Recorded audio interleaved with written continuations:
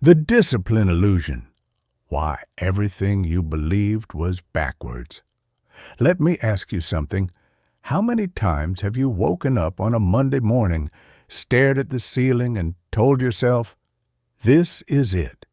This is the week I finally get my life together"? How many times have you set that alarm for 5 a.m., promising yourself you'd hit the gym before work?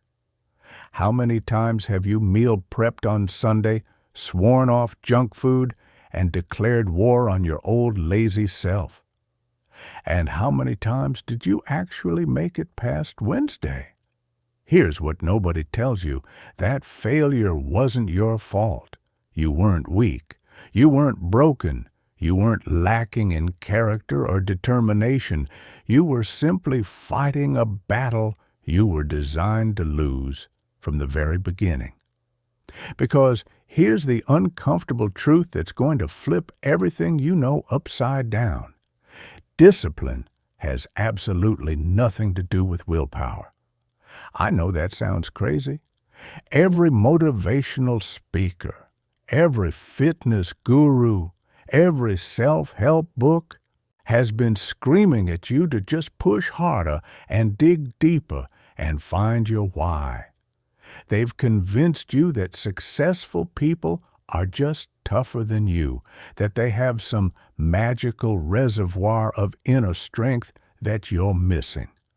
But what if I told you that's complete nonsense? What if the most disciplined people you know, the ones running marathons before breakfast, building million-dollar businesses, maintaining perfect health while everyone else is falling apart, aren't actually relying on willpower at all? What if they've stumbled onto a secret that changes everything? A psychological hack so powerful that it makes hard work feel like the easiest thing in the world. They've learned how to trick their brains into craving discipline. And once you understand how they did it, you'll never look at self-improvement the same way again. Your brain is programmable. Think about that for a second. The same organ that makes you reach for donuts when you're stressed can be rewired to make you crave a morning run instead. The same neural circuits that pull you toward Netflix binges can be reprogrammed to make focused work feel irresistible. This isn't wishful thinking or pseudoscience. This is documented neuroscience that elite performers have been using for decades, while the rest of us have been white-knuckling our way through life. By the time you finish reading this, you're going to understand exactly how to reprogram your brain's reward center. You're going to learn why your past attempts at discipline failed and how to make your next attempt impossible to fail. You're going to discover the psychological switches that transform struggle into flow, resistance into attraction, and discipline into something that feels as natural as breathing. This isn't about finding more willpower. This is about needing less willpower. This is about making your own psychology work for you instead of constantly fighting against it. Let's start with the lie that's been holding you back your entire life. Chapter 1. The Willpower Trap. Why forcing yourself never works. Picture this. It's Tuesday evening. You've been at work since 8 a.m., sitting through meetings that could have been emails, dealing with your boss's impossible demands, fighting off distractions every 30 seconds. You've already made about 100 tiny decisions today. Coffee or tea? Which route to take to work?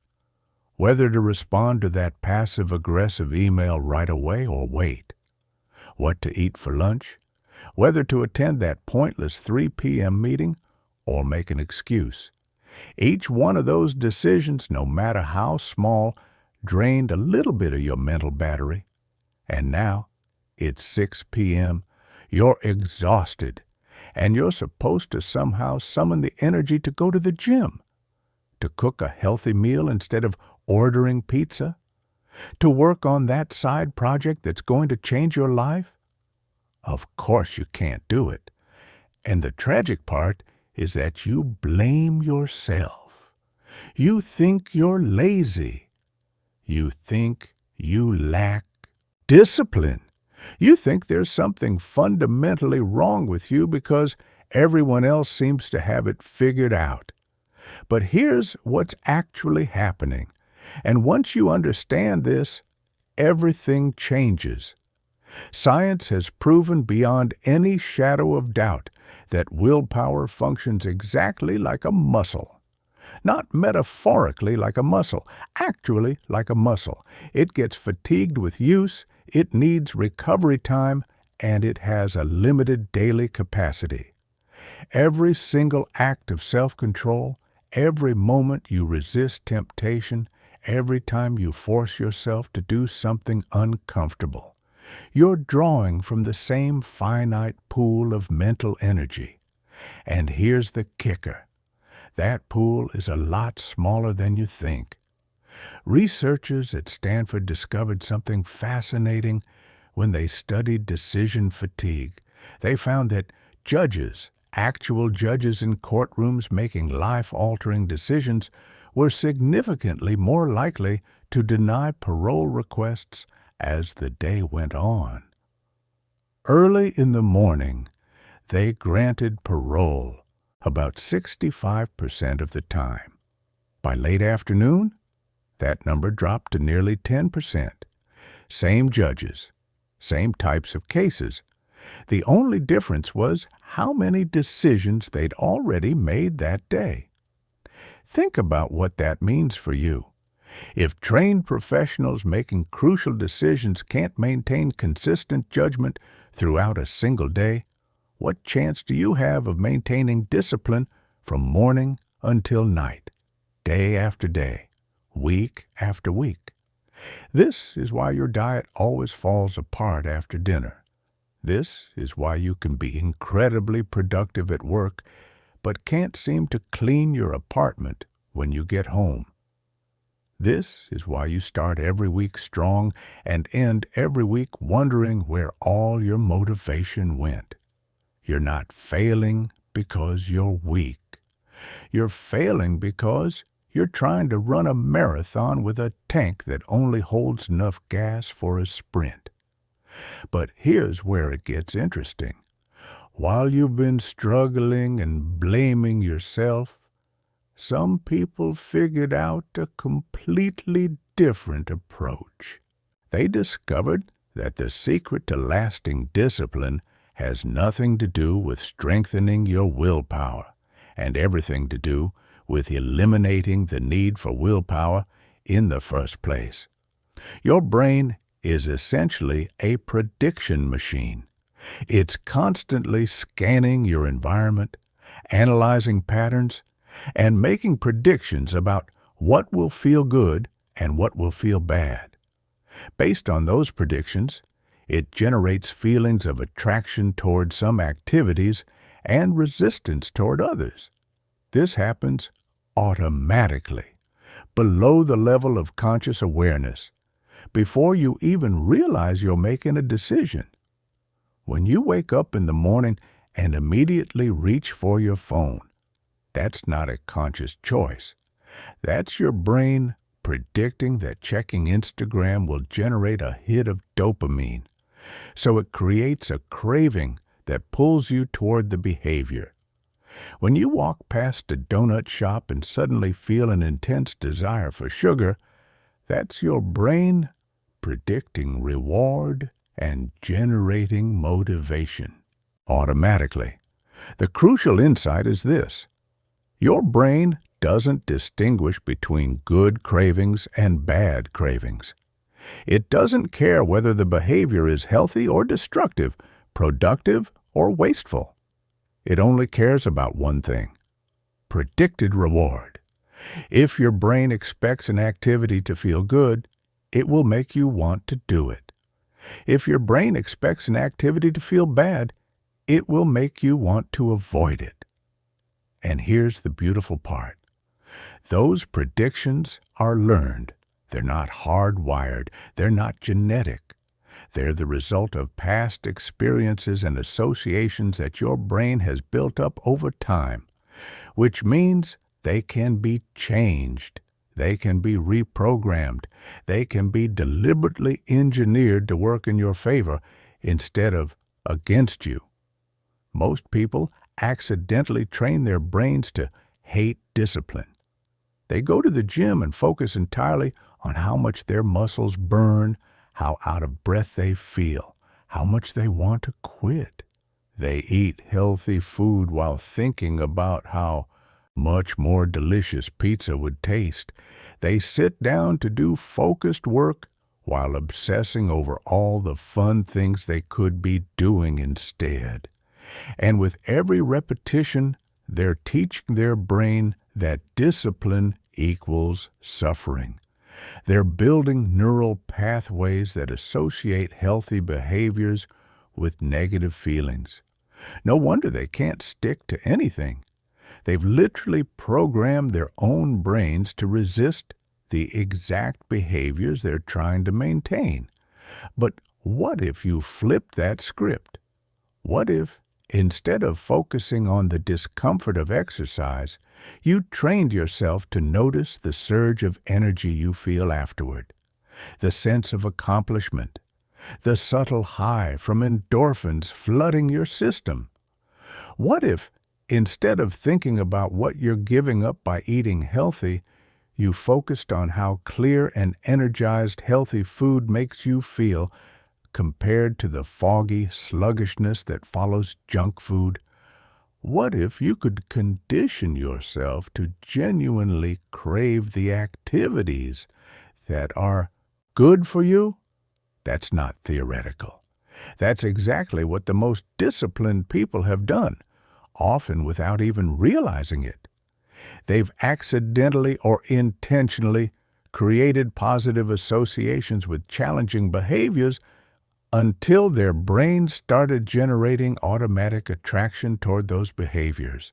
They don't need willpower to exercise because their brains have learned to predict reward from exercise. They don't need to force themselves to eat well because their neural pathways associate healthy eating with feeling good. The transition from forced discipline to automatic discipline happens through a process called operant conditioning. Every time you perform a behavior and experience a reward, your brain strengthens the connection between that behavior and the feeling of reward. Do this consistently enough, and your brain begins to predict the reward whenever it encounters cues associated with the behavior. That prediction generates dopamine, which creates motivation and desire. This is why some people actually look forward to their morning workouts while you're hitting snooze and negotiating with yourself. Their brains have been conditioned to expect positive feelings from exercise, so they experience genuine desire for something that feels like torture to you. They're not more disciplined. They're more conditioned. And conditioning is a skill you can learn. The moment you stop trying to muscle your way through life and start strategically training your brain's reward system, everything shifts. You stop depleting your willpower reserves and start building psychological momentum. You stop fighting yourself and start working with your natural motivational machinery. You stop relying on temporary bursts of motivation and start creating permanent changes in how your brain processes challenging activities. This is the foundation. This is where real transformation begins. Not in finding more willpower, but in understanding that willpower was never the answer in the first place. Chapter 2. How your brain actually learns. The neuroscience of becoming different. Let's talk about something most people get completely wrong about their brains. You probably think that who you are is mostly fixed, that your personality, your habits, your natural inclinations are pretty much set in stone by the time you reach adulthood. Maybe you believe you're just not a morning person or naturally lazy or bad at sticking to things. But neuroscience has discovered something revolutionary that changes everything.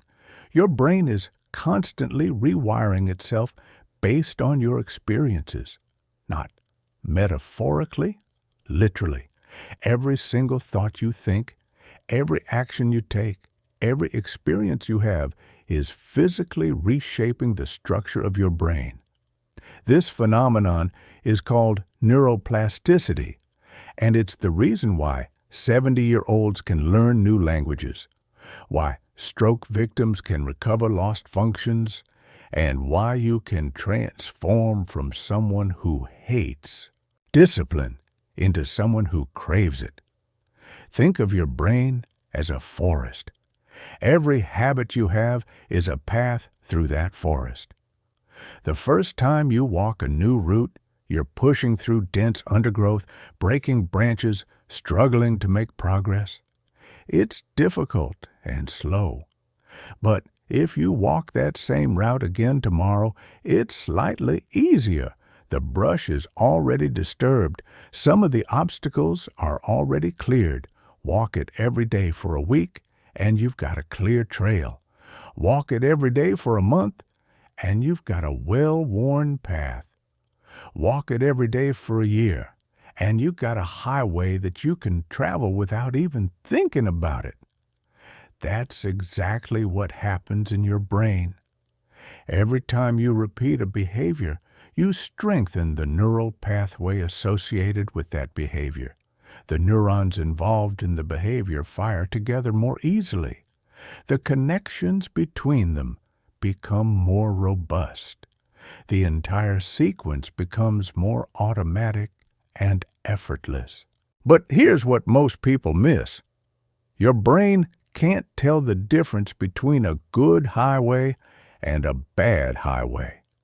It doesn't evaluate whether the automatic behavior is helping you or hurting you. It simply strengthens whatever gets repeated. If you repeatedly hit snooze instead of getting up, you're building a snooze highway.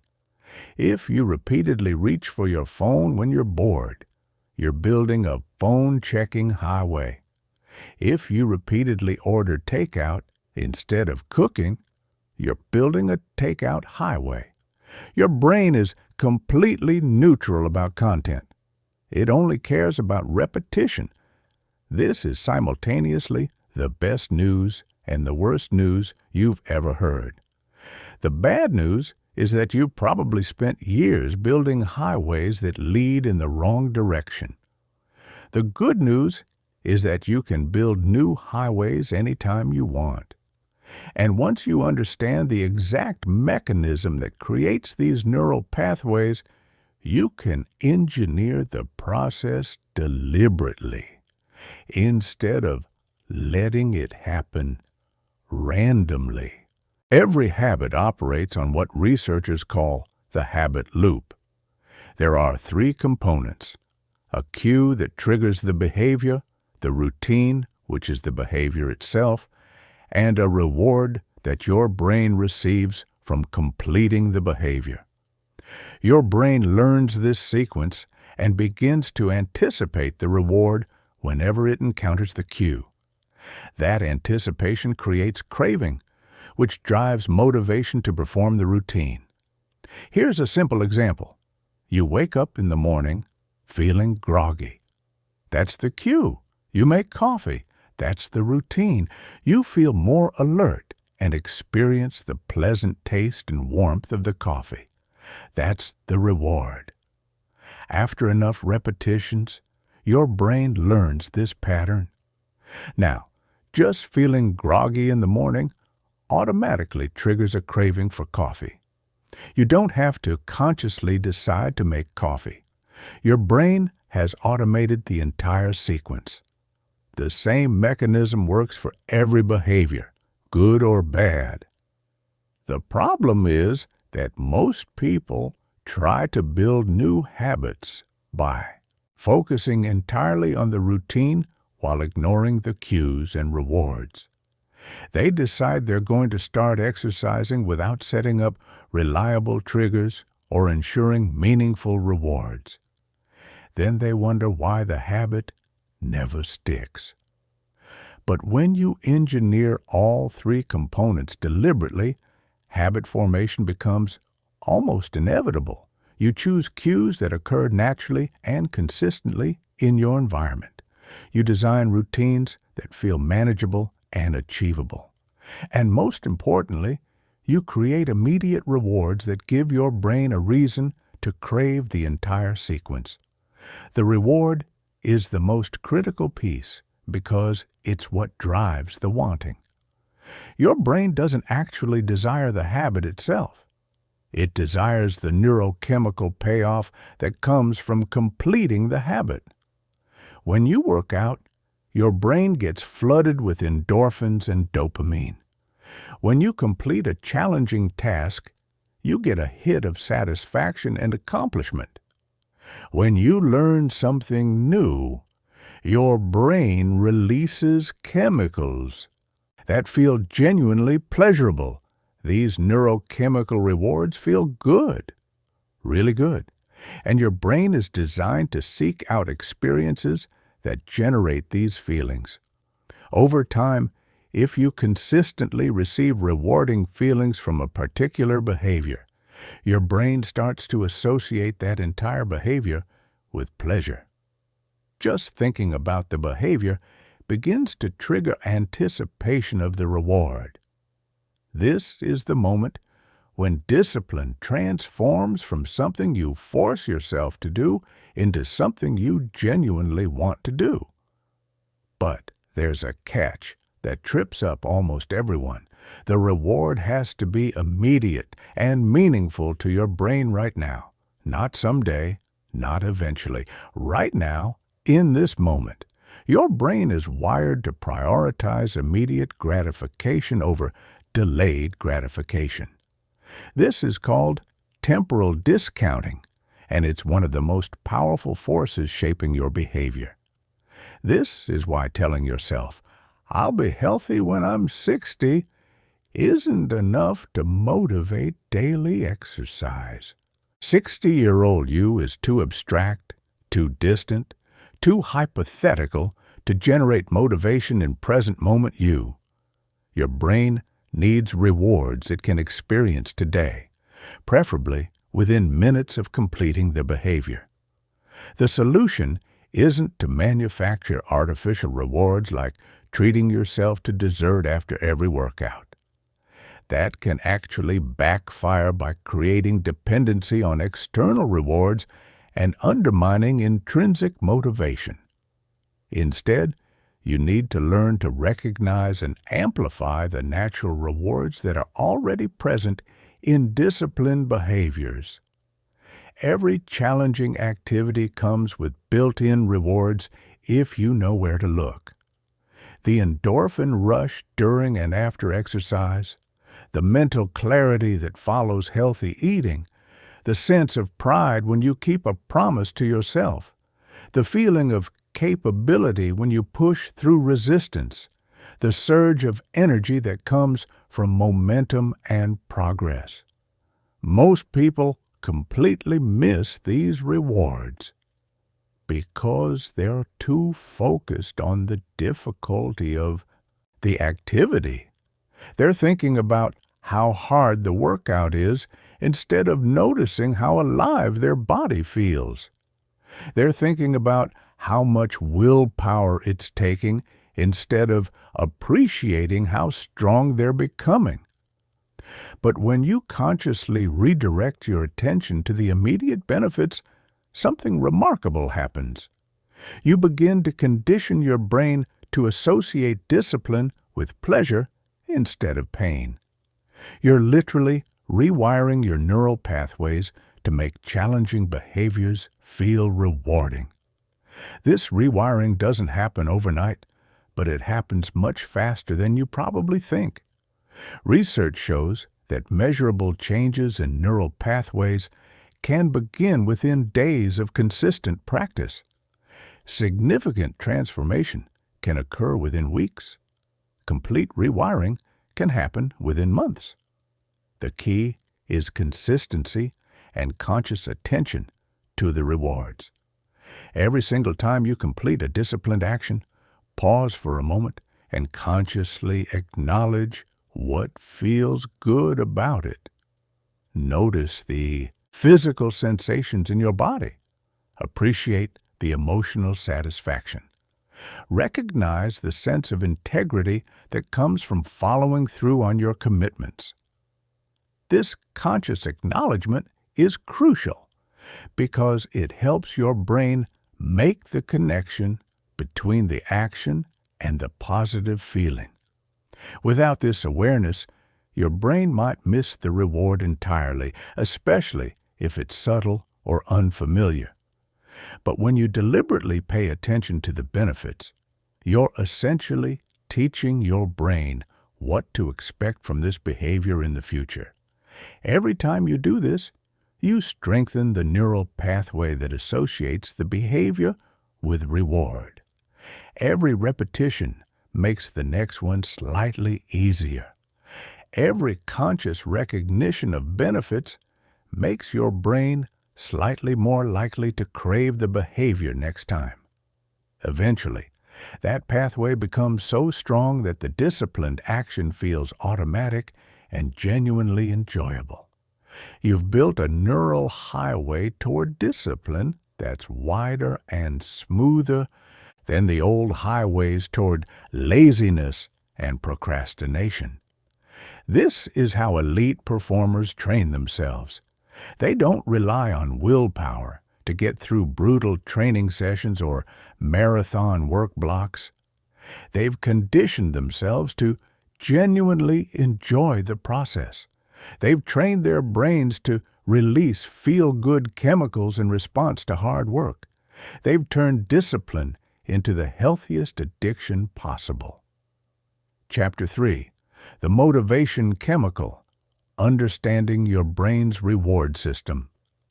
There's a chemical in your brain that controls almost everything you do. It determines what you crave, what you avoid, what feels exciting, and what feels boring. It's the reason you can scroll social media for 3 hours without getting tired, but can't focus on important work for 30 minutes. It's why some activities feel irresistible while others feel impossible. That chemical is dopamine. And once you understand how it really works, you'll never think about motivation the same way again. Most people have dopamine completely backwards. They think it's the pleasure chemical, the reward you get when you achieve something, or eat delicious food, or experience something enjoyable. But that's not what dopamine does at all. Dopamine isn't released when you get the reward. It's released in anticipation of the reward. Dopamine is the wanting chemical, not the liking chemical. It's what drives you toward action, what creates that feeling of motivation and desire, what makes you feel energized and focused on pursuing a goal. It's the neurochemical equivalent of your brain saying, "Go get that thing. It's going to feel great." This distinction is absolutely massive, and it explains why some people naturally crave activities that others desperately avoid. It's not because they're fundamentally different people with different genetics or personalities. It's because their dopamine systems have been conditioned differently. Think about your phone for a second. Why do you check it so compulsively? It's not because looking at your phone feels amazing. Most of the time, scrolling through social media or checking email is actually kind of unsatisfying. But your brain has learned that there might be something interesting there, a message from someone you care about, an entertaining video, a notification that makes you feel validated. Your brain has been conditioned to expect potential rewards from your phone, so it releases dopamine whenever you think about checking it. That dopamine creates motivation, desire, even craving. Now think about exercise. For most people, just thinking about working out generates zero dopamine. Why? Because their brains haven't learned to associate exercise with reward. In fact, their brains have learned the opposite. They've associated exercise with discomfort, exhaustion, and suffering. So instead of dopamine and motivation, thinking about exercise generates resistance and avoidance. But here's the incredible part. You can train your brain to release dopamine for literally any activity. You can condition your dopamine system to respond to challenging behaviors the same way it currently responds to your phone or your favorite food. You can make yourself crave discipline. The process works through repeated association between behaviors and genuine rewards. Every time you pair an activity with something your brain experiences as rewarding, you strengthen the connection between that activity and the expectation of reward.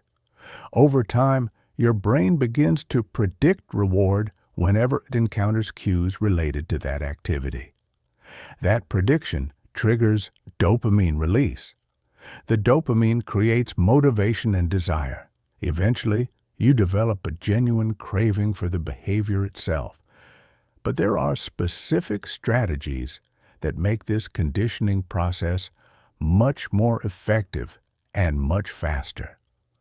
Understanding these strategies is the difference between struggling for years to build discipline and creating genuine motivation within weeks. First, you need to focus on intrinsic rewards rather than extrinsic ones. Intrinsic rewards are the natural good feelings that come from the activity itself. The runner's high from exercise, the satisfaction of solving a complex problem, the sense of growth from learning something new, the feeling of integrity from keeping promises to yourself. Extrinsic rewards are external things you give yourself for completing the behavior, buying yourself something, eating a treat, watching TV. While extrinsic rewards can be helpful in the very beginning, they can actually undermine your intrinsic motivation if you become too dependent on them. Your brain starts focusing on the external reward instead of finding value in the activity itself. The goal is to train your brain to find the activity inherently rewarding. You want your dopamine system to respond to the natural benefits of discipline, not to artificial rewards you've tacked on afterward. To do this effectively, you need to become a detective of your own experience. After every disciplined action, spend 30 seconds consciously noticing what feels good about it. Maybe your body feels energized. Maybe your mind feels clearer. Maybe you feel proud of yourself for following through. Maybe you notice a subtle sense of becoming stronger or more capable. Whatever the positive feeling is, acknowledge it explicitly. Name it. Appreciate it. Let yourself feel it fully. This conscious acknowledgement is crucial because it helps your brain connect the dots between the action and the reward. Without this awareness, your brain might completely miss the benefits, especially if they are subtle or unfamiliar. But when you deliberately pay attention, you're teaching your brain what to expect from this behavior in the future. There's another powerful technique called anticipation training. Before you engage in a disciplined behavior, spend a moment anticipating how good you'll feel afterward. Visualize the sense of accomplishment. Imagine the energy boost. Picture yourself feeling proud and satisfied. This anticipation training serves two purposes. First, it helps your brain start releasing dopamine before you even begin the activity, which gives you more motivation and energy for the task. Second, it primes your brain to notice and appreciate the rewards when they actually show up. You're essentially training your brain to predict reward from discipline. And prediction of reward is exactly what triggers dopamine and creates motivation. You can also use what scientists call variable reinforcement to make your dopamine conditioning even stronger. Instead of noticing the same benefit every time, vary what you pay attention to. Sometimes, focus on how accomplished you feel. Sometimes, focus on how your body feels. Sometimes, focus on how much progress you're making toward long-term goals. This variability keeps your dopamine system engaged and prevents habituation. Your brain stays interested because it never knows exactly what type of reward to expect, but it knows something good is coming. The most advanced strategy is called reward stacking. After completing a disciplined action, you consciously appreciate multiple layers of benefit simultaneously. After a workout, you might notice the physical sensation in your muscles, the mental satisfaction of keeping your commitment, the long-term progress toward your goals, and the immediate boost in energy and mood, all at the same time. When you train yourself to extract multiple rewards from single actions, your brain develops incredibly strong associations between discipline and satisfaction. The anticipation of these layered rewards creates powerful motivation that makes discipline feel almost effortless. This is how you trick your brain into liking discipline. Not through force or willpower, but through strategic conditioning of your natural reward system. You're not fighting against your brain's design. You're working with it, using its fundamental drives to create automatic motivation toward the behaviors that serve your highest goals. Chapter 4. The Pain Paradox. Why discomfort can feel like joy. Here's something that's going to sound completely counterintuitive at first. The sensation you experience as unbearable suffering and the sensation someone else experiences as exhilarating challenge can be physically identical. Same racing heartbeat, same elevated breathing, same muscle tension, same rush of adrenaline through your system. The difference isn't in your body. It's in your brain's interpretation of what those sensations mean. Think about anxiety versus excitement for a moment. Have you ever noticed that they feel remarkably similar in your body? That fluttery feeling in your stomach, the quickening of your pulse, the heightened sense of awareness, the surge of energy through your limbs. These are virtually identical physical experiences. Yet one feels terrible and one feels amazing. The only difference is the story your brain tells about what's happening. When your brain interprets those sensations as threat or danger, you experience anxiety. When your brain interprets those exact same sensations as opportunity or adventure, you experience excitement. This isn't just an interesting psychological quirk. This is the master key to transforming your relationship with discipline. Because the discomfort that comes with challenging activities, the burn in your muscles during exercise, the mental strain of intense focus, The emotional vulnerability of stepping outside your comfort zone, all of these can be experienced as either suffering to endure or intensity to embrace. Elite performers in every domain have mastered this reframe. They've trained themselves to interpret challenge as opportunity, difficulty as growth signal, and discomfort as evidence of transformation. They don't experience less discomfort than everyone else. They've simply learned to find meaning and even pleasure in that discomfort. Let me share something that changed everything for me. I used to hate the feeling of being out of breath during cardio. That gasping sensation, that burning in my lungs, it felt like torture. I would count down the seconds until I could stop. Then someone asked me a simple question. What if that sensation isn't your body suffering?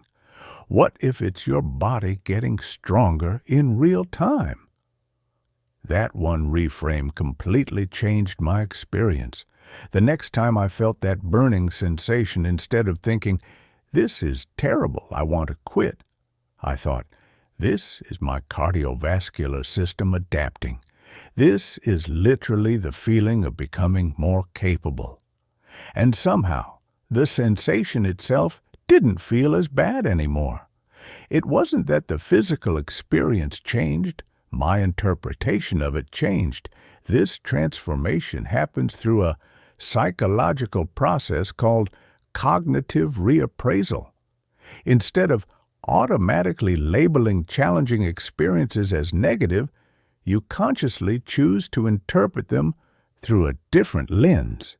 You train yourself to see effort as evidence of growth, resistance as a sign you're pushing boundaries, and discomfort as the sensation of your capabilities expanding. The key is understanding that growth only happens at the edge of your comfort zone. Every time you feel challenged, every time something feels difficult, that's literally your body and mind adapting to new demands. The discomfort isn't a signal that something's wrong. It's a signal that something's right. Once you truly internalize this understanding, everything shifts. That burning in your muscles during a workout isn't suffering anymore. It's your muscles building strength. The mental strain of staying focused on difficult work isn't torture. It's your concentration ability developing. The emotional discomfort of doing something scary isn't weakness. It's your courage expanding. But this reframe only works if you practice it consciously and consistently. Your brain's default programming is to interpret discomfort as bad and seek comfort and ease. You have to actively train yourself to assign different meaning to challenging experiences. One of the most effective ways to do this is through narrative reframing. Pay attention to the stories you tell yourself about difficulty. When you catch yourself thinking, "This is so hard, I hate this," consciously replace that story with, "This is exactly what I need to become who I want to be." When you notice yourself thinking, "This hurts," shift to, "This is working." When your mind says, "I can't wait for this to be over," redirect to, "I'm grateful for this opportunity to grow stronger." These aren't just positive thinking tricks or empty affirmations. They're powerful psychological tools that literally change how your brain processes challenging experiences. When you consistently frame difficulty as valuable rather than problematic, your brain begins to associate challenging situations with positive outcomes instead of negative ones. Another crucial element is learning to access what psychologists call flow states within challenging activities. Flow is that magical psychological condition where you become completely absorbed in what you're doing, where time seems to disappear, where the activity itself becomes intrinsically rewarding regardless of external outcomes. Most people think flow only happens during naturally enjoyable activities like playing music or sports or creative work. But flow can actually be cultivated in any activity that provides the right balance between challenge and skill. The key is finding that sweet spot where what you're doing is difficult enough to demand your full attention, but not so difficult that you feel overwhelmed. To access flow in disciplined activities, you need to adjust the challenge level to match your current ability. If an activity is too easy, you'll be bored and your mind will wander. If it's too difficult, you'll be stressed and want to quit. But when the challenge is just slightly beyond your current comfort zone, you enter a state where the activity becomes genuinely engaging. You can also cultivate flow by creating clear, immediate goals within larger activities.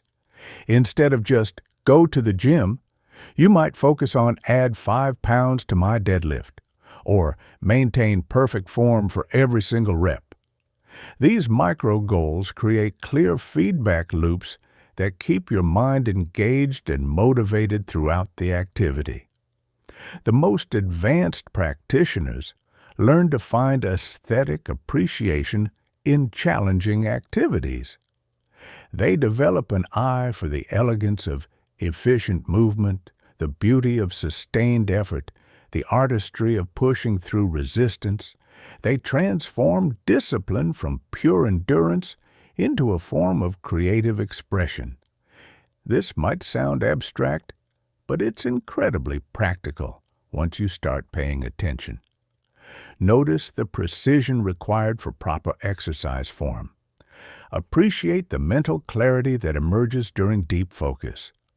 Recognize the courage it takes to push through internal resistance. The activities themselves become fascinating rather than just difficult. You can accelerate this transformation by studying people who genuinely love challenging activities. Watch interviews with professional athletes who talk about training. Read about entrepreneurs who describe building their businesses. Observe craftspeople who've dedicated their lives to mastering difficult skills. Notice how they talk about difficulty and challenge. Notice how they frame struggle and effort. Notice how they find meaning in what most people would consider suffering. The goal isn't to become someone who loves every single moment of every challenging activity. Even the most disciplined people have moments where they don't feel like doing what they need to do. The goal is to develop a deep appreciation for the growth that comes from pushing through resistance and to find genuine satisfaction in the process of becoming stronger, sharper, and more resilient. When you achieve this reframe, discipline stops being something you do despite how it feels. It becomes something you do because of how it feels. The challenge itself becomes the reward. The struggle itself becomes meaningful.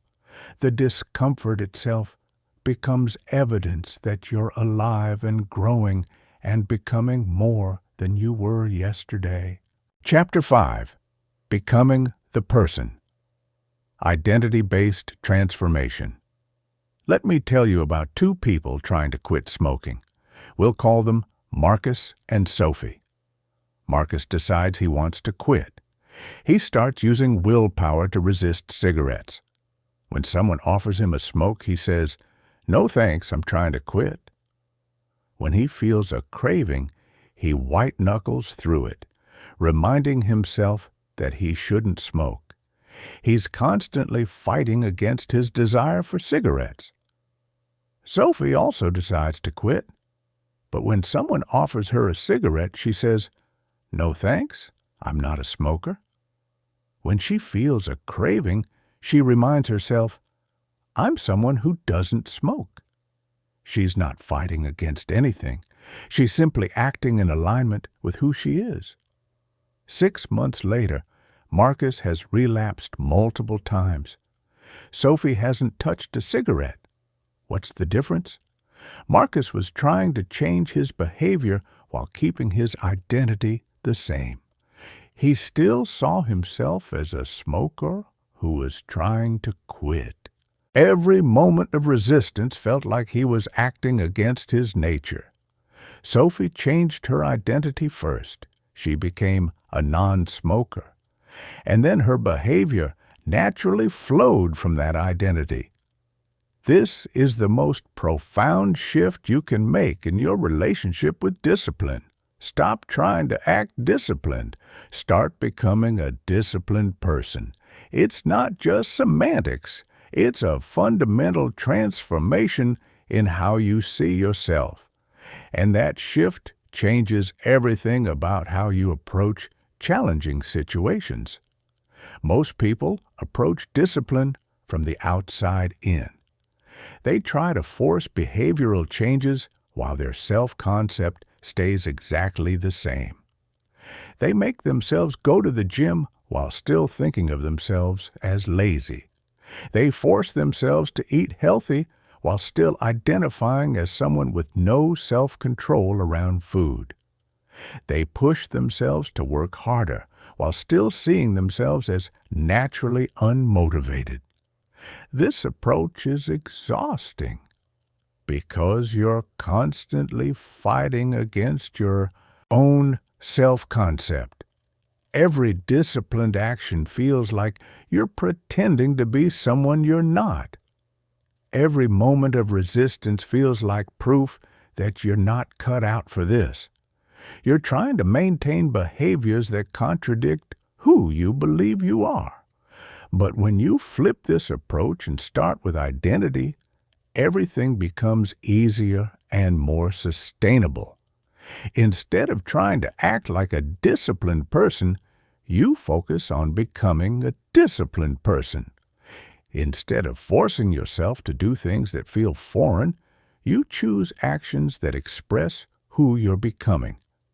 This works because behavior naturally flows from identity. Human beings are psychologically wired to act in ways that are consistent with how they see themselves. If you see yourself as someone who values health, you naturally make healthy choices. If you see yourself as someone who follows through on commitments, you naturally keep your promises. If you see yourself as someone who embraces growth, you naturally seek out challenges. The beautiful part is that identity isn't fixed. It's not determined by your genes or your past or your personality type. Your identity is constantly being shaped and reshaped by your actions. Every single thing you do is essentially a vote for the type of person you want to become. Every time you choose discipline over comfort, you're casting a vote for, "I am someone who does hard things." Every time you choose immediate gratification over long-term goals, you're voting for, "I am someone who takes the easy path." Your brain keeps a running tally of these votes, and over time, the pattern of your votes becomes your identity. This is why small actions are so incredibly powerful. They're not just creating immediate results, they're literally shaping who you're becoming. A single workout doesn't transform your body, but it casts a vote for, "I am someone who prioritizes health." A single focused work session doesn't complete your project, but it votes for, "I am someone who does deep work." You can accelerate this identity transformation by being intentional about the votes you're casting. Instead of randomly taking disciplined actions, consciously choose behaviors that reinforce the specific identity you want to develop. Start by getting crystal clear about who you want to become. Don't focus on what you want to achieve. Focus on the type of person who would naturally achieve those things. If you want to get in amazing shape, think about the identity of someone who genuinely values physical excellence. If you want to build a successful career, think about the identity of someone who embraces challenge and continuous growth. Once you're clear about the identity you're building, every choice becomes an opportunity to reinforce that identity. When you're deciding whether to work out, you don't ask yourself, "Do I feel like working out?" You ask, "What would someone who values physical excellence do right now?"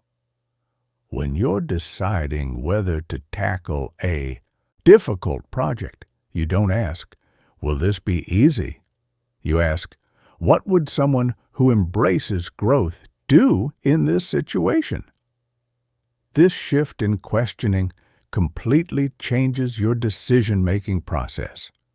You're not fighting against resistance anymore. You're simply acting in alignment with your values and identity. You're not forcing yourself to do things you don't want to do.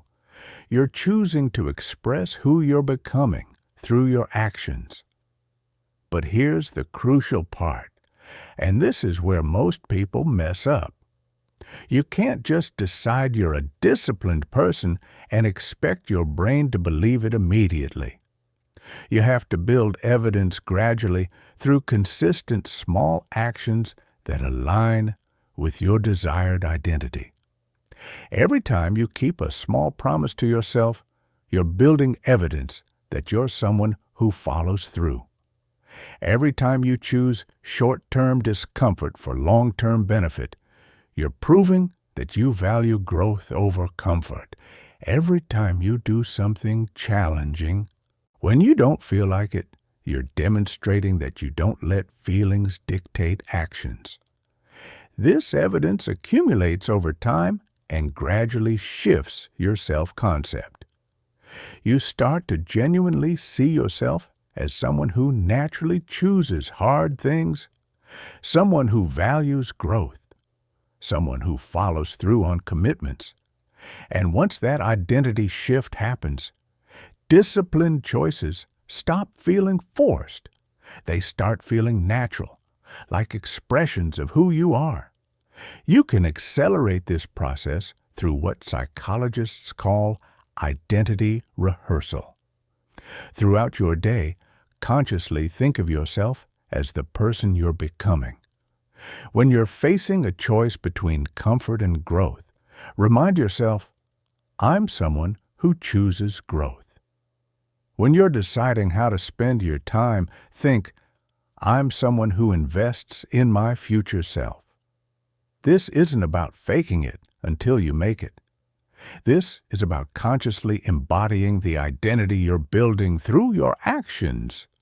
You're not pretending to be someone you're not. You're practicing being who you're becoming. The most powerful version of this practice is creating what I call an identity anchor. Choose a specific phrase that captures the essence of who you're becoming. I am someone who does hard things. I am someone who chooses growth over comfort. I am someone who keeps promises to myself. Repeat this phrase regularly, especially when facing challenging decisions. Let it become a North Star that guides your choices. This phrase becomes a psychological anchor that helps you make decisions from your future identity rather than your current feelings or past conditioning. Over time, this identity-based approach to discipline becomes incredibly powerful because it aligns your actions with your deepest sense of self. You're not fighting against your nature anymore. You're expressing your nature. Discipline stops being something you force yourself to do and becomes a form of self-expression, a way of being in the world that feels authentic and true. Chapter 6, Building Your Ecosystem, Environmental Design for Automatic Excellence. Your environment is programming your behavior every single moment of every single day, and most people have accidentally designed their surroundings to make discipline nearly impossible while making laziness incredibly easy. Let me paint a picture. You wake up and your phone is on your nightstand, 3 inches from your face. First thing you see. Within seconds, you're scrolling social media, already distracted before you've even gotten out of bed. Your gym bag is buried in the closet somewhere. Your running shoes are under a pile of clothes. Meanwhile, your comfortable couch is right there. Your TV remote is on the coffee table, and there's a bag of chips in the pantry at eye level. Then you wonder why you can't stick to your goals.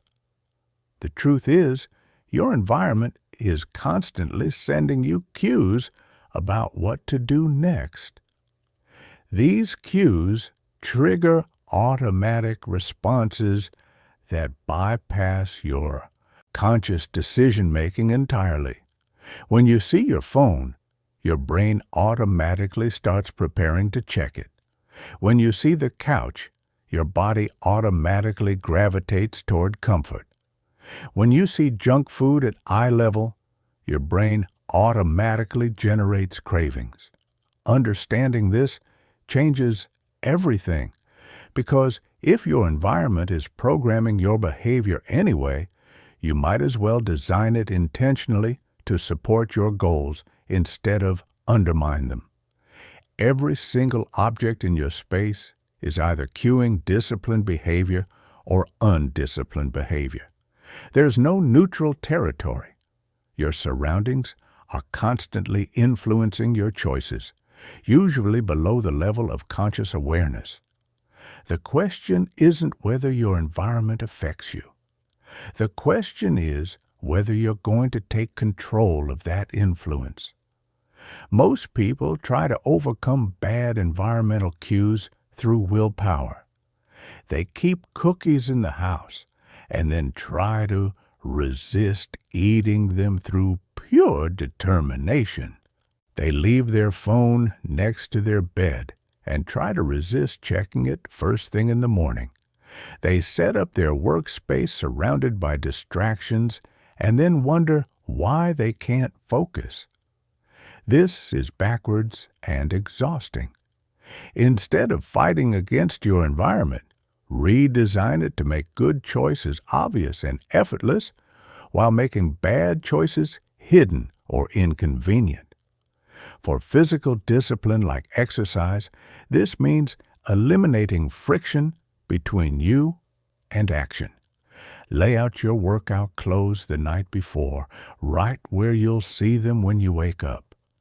Put your running shoes by the front door so they're the first thing you encounter when you're ready to leave. If you work out at home, set up your space so it's ready to go at any moment. Remove or hide anything that might tempt you toward laziness. One of my friends who struggled with consistency started sleeping in his gym clothes. Sounds ridiculous, right? But it worked. The moment he woke up, he was already dressed for exercise. The friction between thinking about working out and actually working out dropped to almost zero. Within 2 weeks, morning workouts became automatic. For mental discipline like focused work, environmental design means creating spaces that signal deep concentration while removing anything that signals distraction. Designate a specific area for important work and keep it completely clear of anything unrelated. Remove your phone from this space entirely, not just on silent. completely out of the room. Use website blockers during work hours. Create physical and digital barriers between yourself and easy entertainment. I worked with someone who couldn't stop checking email during deep work sessions. We tried willpower. We tried time management techniques. Nothing worked. Then we tried something simple. She moved her laptop to a different room for focused work, leaving her phone in her office. The physical separation created just enough friction that the automatic email checking impulse broke. Within days, her productivity doubled. For nutritional discipline, this means making healthy choices the default option, and unhealthy choices require extra effort. Put fruits and vegetables at eye level in your refrigerator. Hide less healthy options in drawers or back corners. Pre-portion healthy snacks and make them easily accessible. Remove junk food from your home entirely, or at minimum, make accessing it require multiple steps and deliberate effort. But environmental design extends far beyond physical objects. Your digital environment has become one of the most powerful behavioral influences in modern life. Your phone, computer, and devices are sending you cues constantly, and most of those cues are designed by tech companies to hijack your attention and keep you distracted. Design your digital environment with the same intentionality as your physical space. Reorganize your phone so productive apps are on your home screen while time-wasting apps are buried in folders that require extra taps to reach. Use app timers to automatically limit access to social media. Create different user profiles for different types of work. Set up your computer to open directly to your most important projects instead of your email or browser. Delete apps that don't serve your goals. Unsubscribe from email lists that clutter your inbox. Turn off every single notification that isn't absolutely essential. Each of these small changes reduces the number of environmental cues pulling you away from discipline and toward distraction. Your social environment might be the most powerful influence of all. The people you spend time with are constantly shaping your behavior through their own choices, expectations, and norms. If you surround yourself with people who prioritize comfort over growth, you'll naturally drift toward comfort. If you surround yourself with people who embrace challenge and discipline, you'll naturally raise your standards. This doesn't mean abandoning friends who don't share your goals, but it does mean being intentional about creating social environments that support your growth. Seek out communities of people working toward similar objectives. Join groups focused on areas where you want to develop discipline. Find accountability partners who will support your commitments rather than enable your excuses.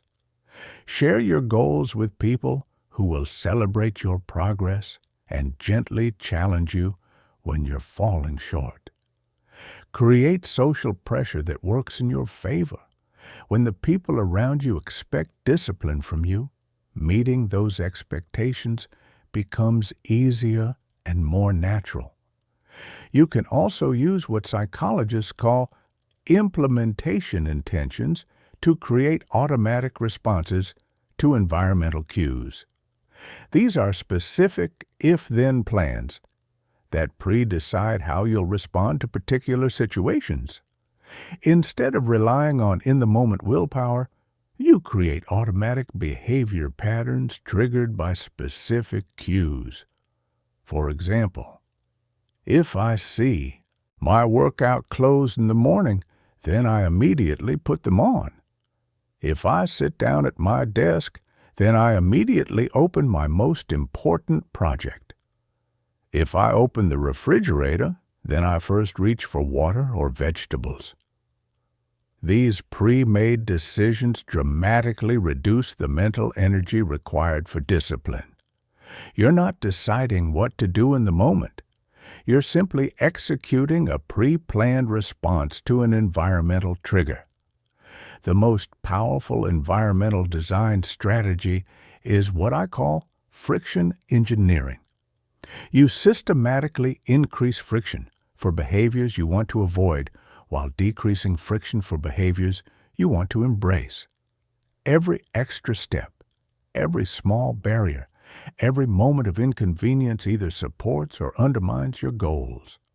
Want to watch less TV? Unplug it after every use and put the remote in a drawer in another room. Want to eat healthier? Prep your meals on Sunday so healthy eating requires less effort than ordering takeout. Want to focus better? Make concentration require one click, while making distraction require navigating through multiple barriers. Remember that tiny changes in friction create massive changes in behavior over time. Adding just 20 seconds of inconvenience to an undesired behavior can dramatically reduce how often you engage in it. Removing 20 seconds of friction from a desired behavior can significantly increase your consistency. Your environment is either working for you or against you. There's no in-between. The question is whether you're going to continue letting your surroundings control your behavior by default, or whether you're going to take conscious control and design your world to make discipline feel automatic and effortless. Chapter 7. The Momentum Machine. How Small Wins Create Unstoppable Progress. There's a secret that separates people who transform their lives from people who stay stuck in cycles of starting and stopping. It's not talent. It's not intelligence. It's not even motivation. It's understanding how to create and maintain momentum. Momentum is the hidden force that makes discipline feel progressively easier over time. Most people think staying disciplined requires constant effort and vigilance. But the truth is that discipline becomes easier and more automatic the longer you practice it. Each discipline choice makes the next one slightly smoother. Each small victory builds confidence for bigger challenges. Each day of consistency creates psychological momentum that carries you through difficult moments. But momentum doesn't just happen by accident. It has to be engineered through specific strategies that create positive feedback loops and compound your motivation over time. Let me share something that changed my entire approach to building habits. I used to set these massive, ambitious goals. I'm going to work out for 90 minutes every single day. I'm going to write 5,000 words daily. I'm going to completely transform my diet starting Monday. And every single time, I'd last about a week before the whole system collapsed. Then I discovered something counterintuitive. The secret to building momentum isn't starting big. It's starting absurdly small. The momentum system begins with what I call minimum viable commitments. These are the smallest possible versions of the habits you want to build, scaled down to be so easy that failure becomes virtually impossible. Instead of committing to hour-long workouts, you commit to putting on your workout shoes every morning. Instead of promising to write a novel, you promise to write one sentence daily. Instead of overhauling your entire diet, you commit to drinking one glass of water first thing when you wake up. I know what you're thinking. That's ridiculous. One sentence isn't going to write a book. Putting on shoes isn't a workout. Drinking water isn't a diet transformation. You're absolutely right. These minimum commitments aren't the end goal. They're the entry point. They're the psychological foundation that makes everything else possible. Here's what most people miss. The biggest obstacle to discipline isn't the activity itself. It's the resistance to starting. That moment when you're lying in bed and your alarm goes off. That instant when you need to sit down and begin working. That split second when you have to choose between comfort and growth. Minimum viable commitments eliminate that resistance almost entirely. You're not trying to psych yourself up for a brutal workout. You're just putting on shoes. You're not forcing yourself to write for hours. You're just writing one sentence. The barrier to entry is so low that your brain can't generate enough resistance to stop you. But here's where the magic happens. Once you put on your workout shoes, you're already halfway there. Your brain has already made the decision to engage with exercise. And now that you're in your shoes, going for a short walk feels easy. And once you're walking, doing some light exercises feels natural. Before you know it, you've completed a full workout, not through willpower, but through momentum. The same principle works for any discipline. Once you've written one sentence, writing one paragraph feels manageable. Once you've eaten one healthy meal, eating another becomes easier. You're not forcing yourself through sheer determination. You're riding the wave of momentum that started with an absurdly small commitment. This approach works because it prioritizes consistency over intensity. It's far more effective to do something small every single day than something impressive once in a while. Consistency builds neural pathways, strengthens identity, and creates trust with yourself. Sporadic intensity does none of these things. When you consistently keep small promises to yourself, something profound happens to your self-concept.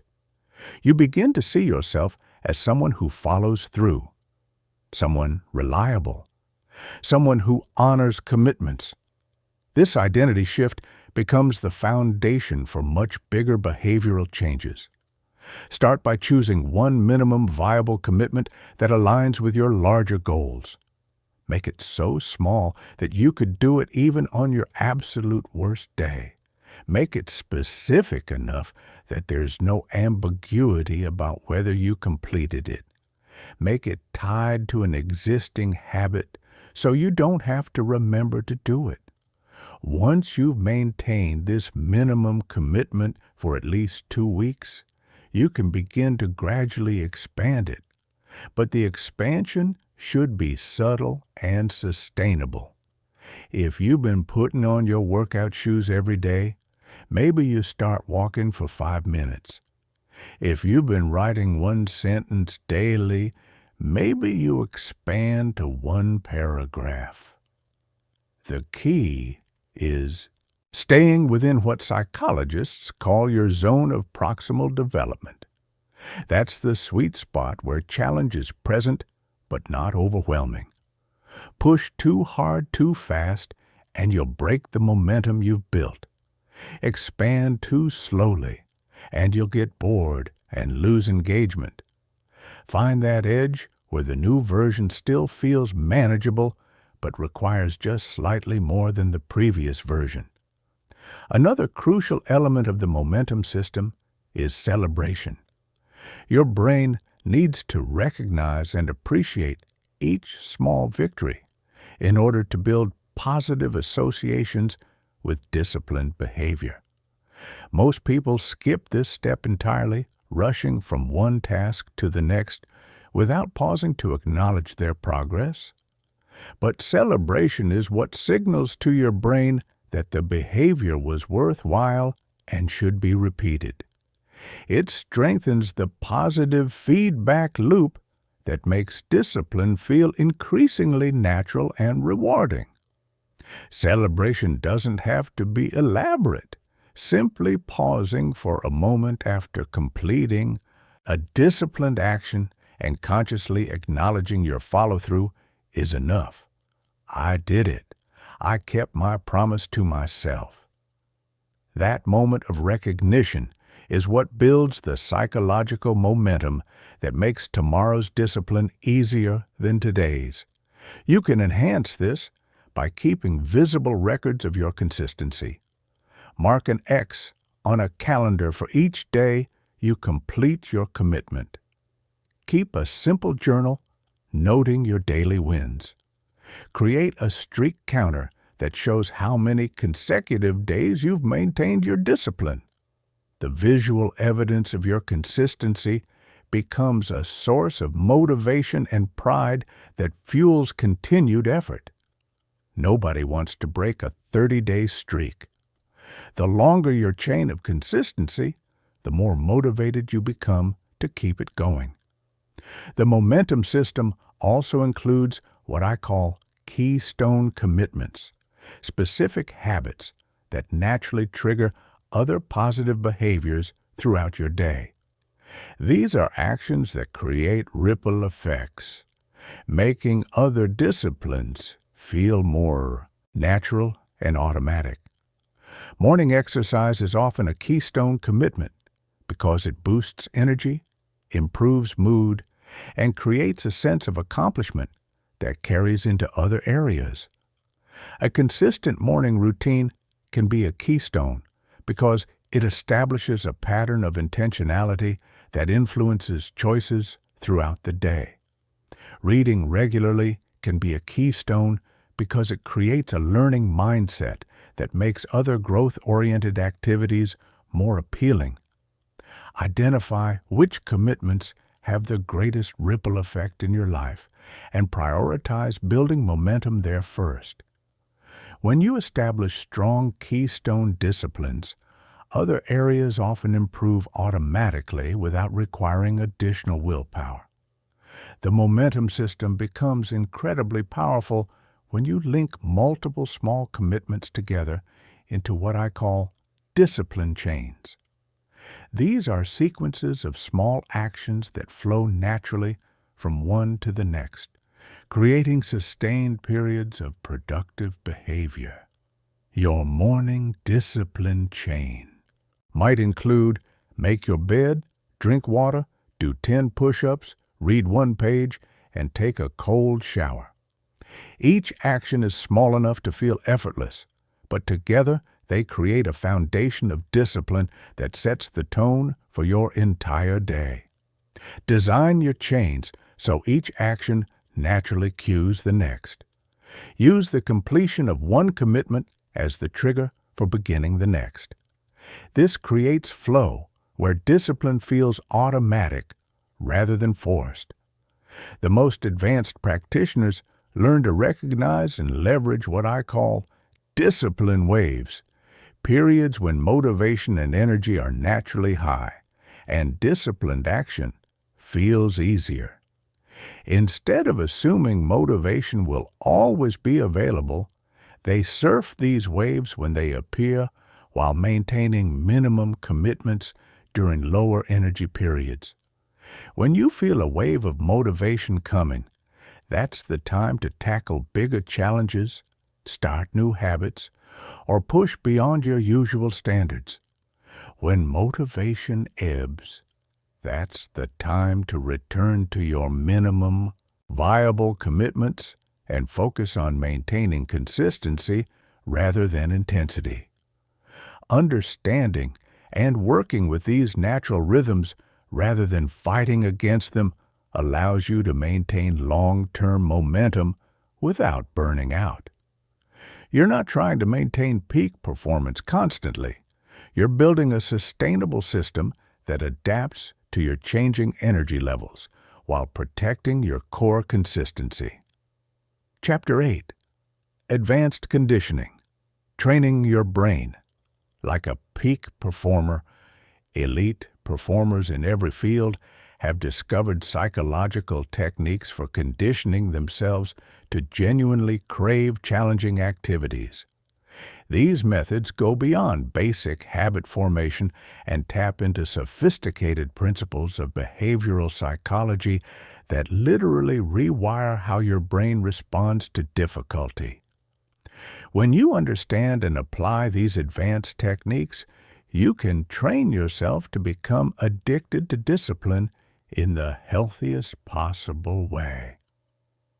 The first advanced technique is called contrast conditioning.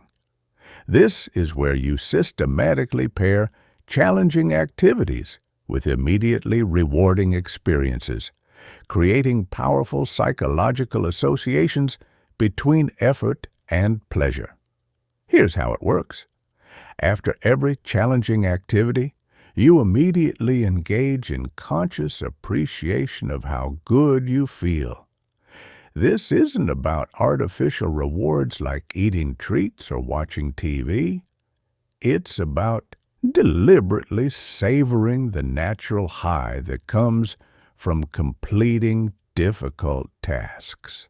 After a tough workout, instead of immediately rushing to the next thing, you pause for 60 seconds and really notice how your body feels. The endorphins coursing through your system, the sense of strength and vitality, the quiet pride of following through. You consciously appreciate these feelings, letting them fully register in your awareness.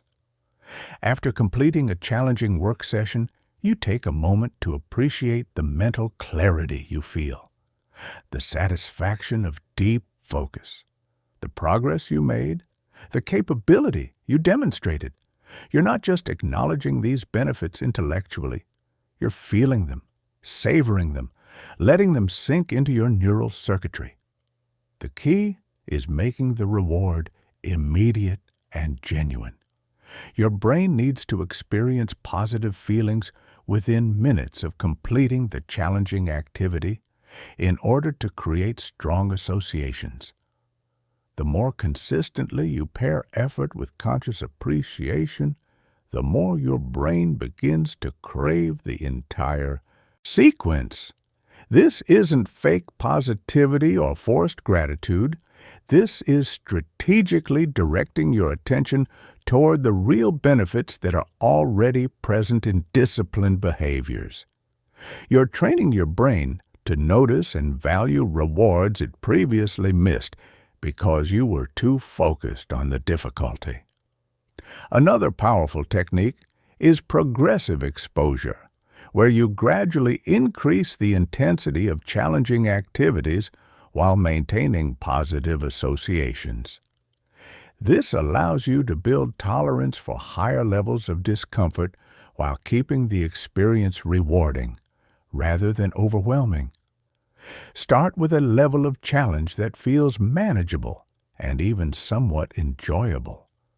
Maybe that's a 15-minute workout or a 30-minute focused work session. Establish positive associations at this level through consistent practice and conscious appreciation of benefits. Once this level feels comfortable and automatic, increase the intensity slightly. Maybe you extend your workout to 20 minutes or your work session to 40 minutes. The increase should be small enough that the activity still feels rewarding, but significant enough that you're continuously expanding your capacity. This gradual progression allows your brain's reward system to adapt to higher levels of challenge without triggering overwhelming resistance.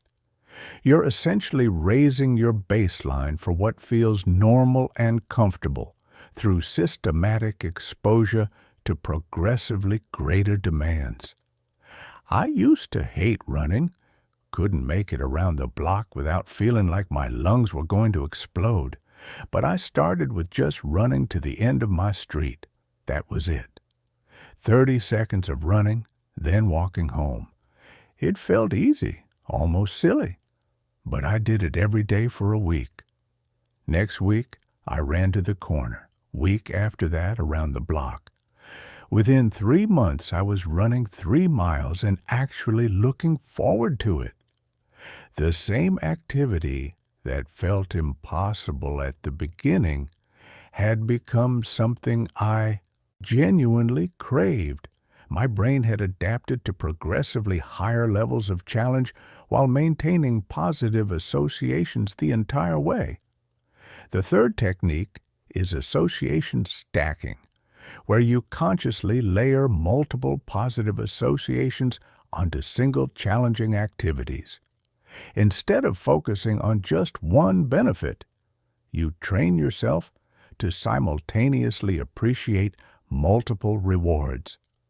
After a workout, you might simultaneously appreciate the physical sensation of strength in your muscles, the mental satisfaction of keeping your commitment, the long-term progress toward health goals, the immediate energy boost, and the sense of becoming the person you want to be. You're not just noticing these benefits separately. You're experiencing them all at once, creating a rich, multi-layered reward that makes your brain powerfully drawn to the activity. The more positive associations you stack onto single behaviors, the more magnetic those behaviors become. Your brain develops such strong anticipation of layered rewards that disciplined actions start to feel irresistible. Visualization conditioning is another advanced technique where you use mental rehearsal to strengthen the neural pathways associated with disciplined behavior. Before engaging in challenging activities, you spend time vividly imagining yourself successfully completing them and feeling amazing afterward. This isn't just wishful daydreaming. This is detailed, emotionally engaging mental practice that actually activates the same neural circuits involved in the real behavior. When you visualize yourself crushing a workout and feeling incredible afterward, your brain can't fully distinguish between the imagined experience and real experience. You're literally practicing success and conditioning positive associations at the neural level. The more detailed and emotionally engaging your visualizations, the more effective this becomes. Don't just picture yourself doing the activity. Feel the sensations in your body. Experience the emotions. Notice the environment around you. Make it so vivid that your brain treats it as real practice. The most sophisticated technique is state anchoring, where you create psychological triggers that instantly access the mental and emotional state needed for disciplined action. This involves identifying the specific feelings, thoughts, and physical sensations that accompany your most disciplined moments, then creating simple cues that can recreate those states on demand. During moments when discipline feels effortless and enjoyable, pay extremely close attention to your internal experience. Notice your posture. Notice your breathing pattern. Notice your emotional state. Notice the thoughts running through your mind. Notice any physical sensations. Then create a simple physical gesture, phrase, or mental image that you pair with this state. Maybe you stand a certain way, or take 3 deep breaths, or repeat a specific phrase to yourself. You're creating an anchor that links this gesture to the optimal disciplined state. With consistent practice, these anchors become powerful tools for accessing your best self whenever you need it. Instead of waiting for motivation to strike naturally, you can consciously recreate the psychological conditions that make discipline feel natural and easy. I have a friend who struggled with getting started on important projects. She'd procrastinate for hours, unable to overcome the initial resistance. Then she created a state anchor. Every time she felt naturally motivated and focused, she'd stand up, roll her shoulders back 3 times, and say, "Let's go," out loud. She did this consistently whenever she felt that natural motivated state. Within a few weeks, the anchor became incredibly powerful. Now when she needs to start a difficult project, she stands up, rolls her shoulders, says, "Let's go." And her brain immediately shifts into that motivated, focused state. She's not waiting for motivation. She's triggering it on command. Advanced practitioners also use environmental conditioning, where they create specific spaces that have been psychologically conditioned to enhance discipline and performance. This goes beyond simple environmental design to create locations that automatically trigger peak states. You consistently use specific places only for disciplined activities. Your desk becomes associated exclusively with focused work. Your gym becomes connected only with physical training. Your reading chair is paired only with learning. Over time, simply entering these environments begins to automatically shift your mindset toward discipline and excellence. The most advanced technique is transformation tracking, where you maintain detailed awareness of how disciplined actions are changing you at every level. This isn't just tracking outcomes like weight or income. This is consciously noticing and appreciating the subtle ways discipline is transforming your entire being. Pay attention to how your confidence shifts as you consistently follow through. Notice how your energy levels change as you maintain healthy habits. Observe how your mental clarity improves with regular focused work. Track how your emotional resilience develops as you repeatedly push through resistance. This conscious tracking creates powerful motivation because it helps you see discipline not just as a means to external goals, but as a process of fundamental transformation. When you realize that every disciplined action is literally rewiring your brain and rebuilding who you are, the activities themselves become deeply meaningful and rewarding. Chapter 9. When Systems Break, Recovering Fast from Discipline. Failures. Let me tell you something that nobody wants to admit. You're going to fail. Your discipline is going to break down at some point. You're going to have days, maybe weeks, where everything falls apart and you can't seem to maintain even the simplest commitments. This isn't a personal flaw. This isn't evidence that you're broken or weak. This is an inevitable part of the growth process that every single high performer learns to navigate skillfully. The difference between people who achieve lasting transformation and people who stay stuck in cycles of starting and stopping isn't that successful people never fail. It's that they've developed sophisticated recovery systems that allow them to bounce back quickly and effectively whenever disruptions occur. Understanding this changes everything, because when you know that breakdowns are normal and expected, you stop adding shame and self-criticism to the mix. You stop spiraling into negative self-talk that makes recovery even harder. You simply recognize the breakdown, identify the cause, and implement targeted solutions.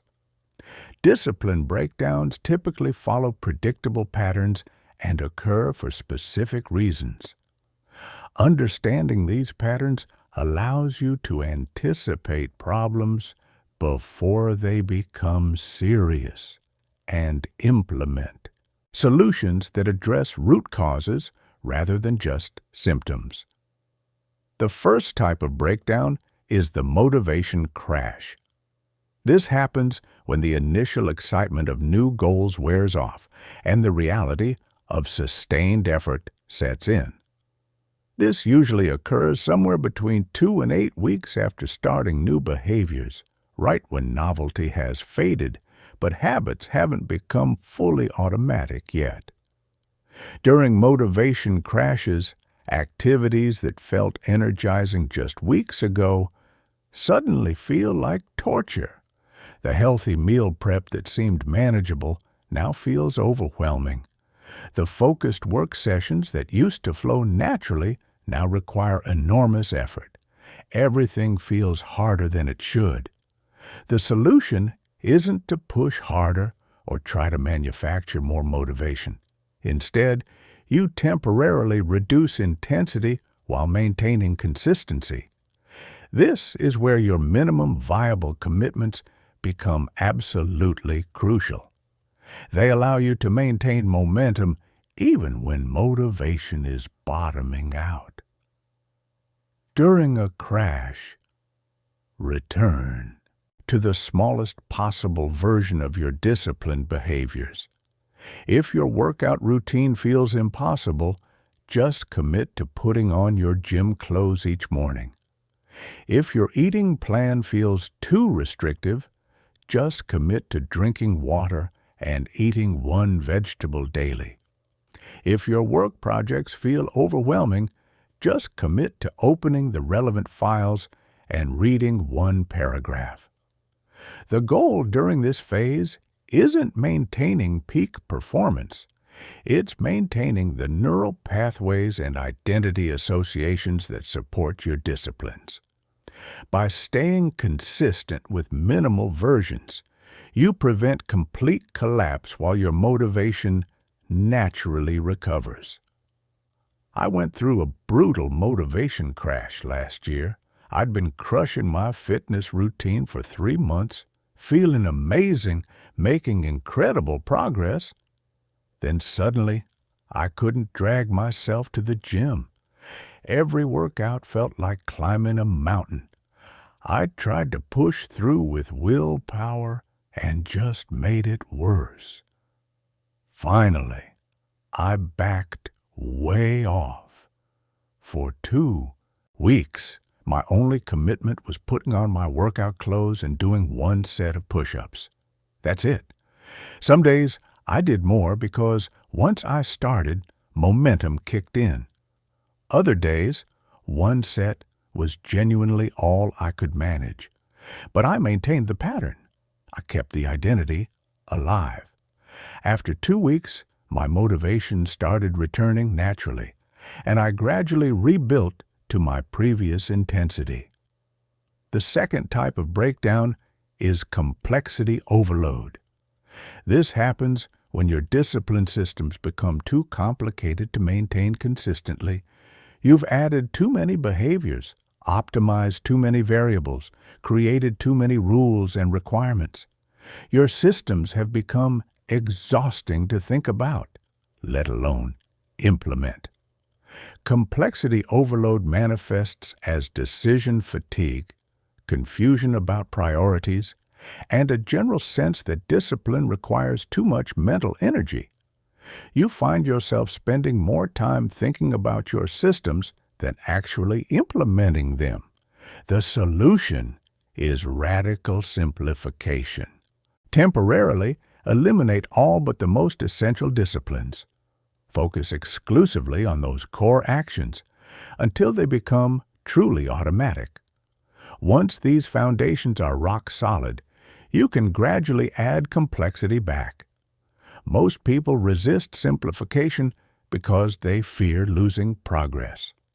But the opposite is true. Simplifying allows you to build stronger foundations that can eventually support much more sophisticated behaviors.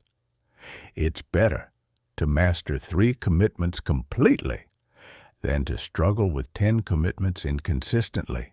The third type of breakdown is environmental disruption. This happens when significant life changes undermine the cues and contexts that support your disciplines.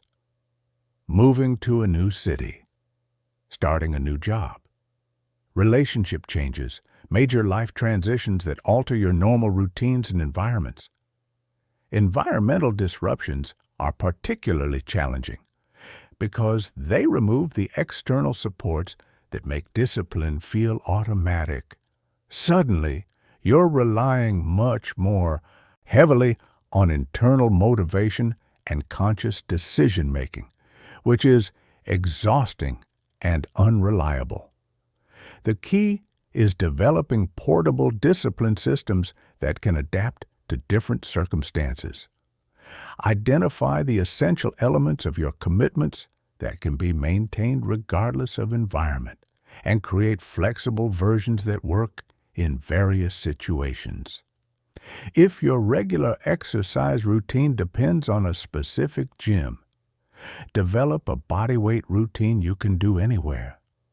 If your healthy eating depends on particular grocery stores and meal prep setups, identify healthy options available in most environments and develop simple strategies that don't require extensive preparation. The fourth type of breakdown is identity conflict. This happens when your disciplined behaviors feel disconnected from your authentic self or conflict with other aspects of your identity. You're maintaining behaviors because you think you should, not because they genuinely align with your values and goals. Identity conflicts create internal resistance that makes discipline feel forced and unnatural. You might successfully maintain behaviors for weeks or months through willpower, but eventually the internal contradiction becomes too exhausting. The solution requires honest examination of whether your disciplines truly serve your authentic goals or whether you've adopted them based on external expectations. If behaviors don't align with your genuine priorities, you need to modify them to create better alignment or replace them with commitments that feel more authentic. This doesn't mean abandoning challenge or choosing only easy options. It means ensuring your disciplines serve purposes that matter deeply to you personally, not just purposes that look good to others. The most effective recovery strategy for any breakdown is what I call the reset protocol. This is a systematic process for quickly returning to discipline after any interruption, regardless of duration or cause. The protocol has 3 phases: acknowledgement, recommitment, and reconstruction.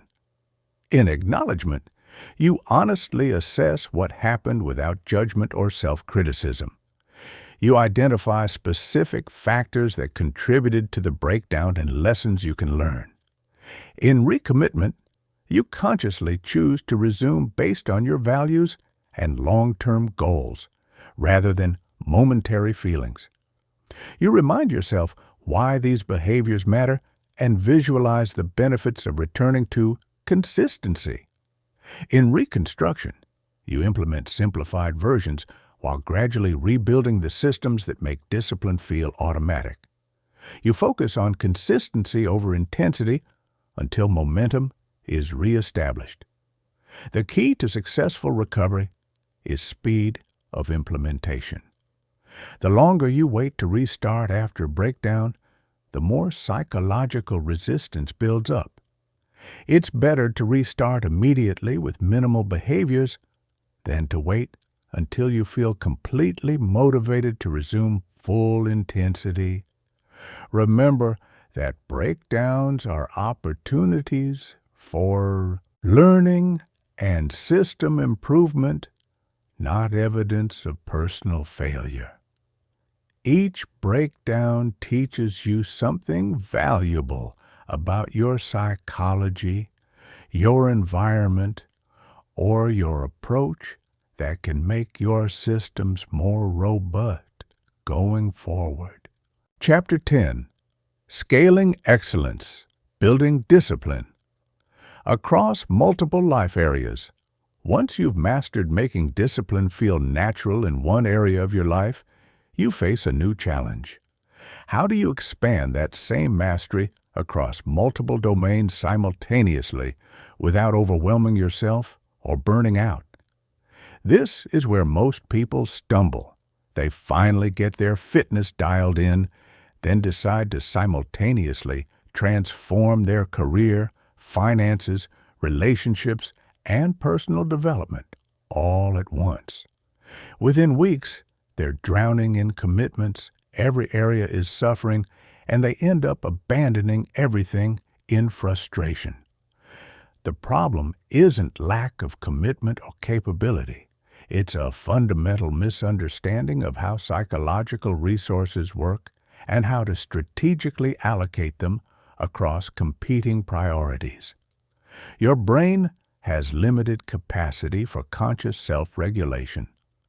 Trying to implement disciplined behaviors in multiple areas simultaneously from the beginning overloads this system and guarantees failure. It's like trying to run 5 different software programs on a computer that only has enough processing power for 2.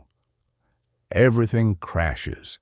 The solution is sequential mastery followed by strategic integration.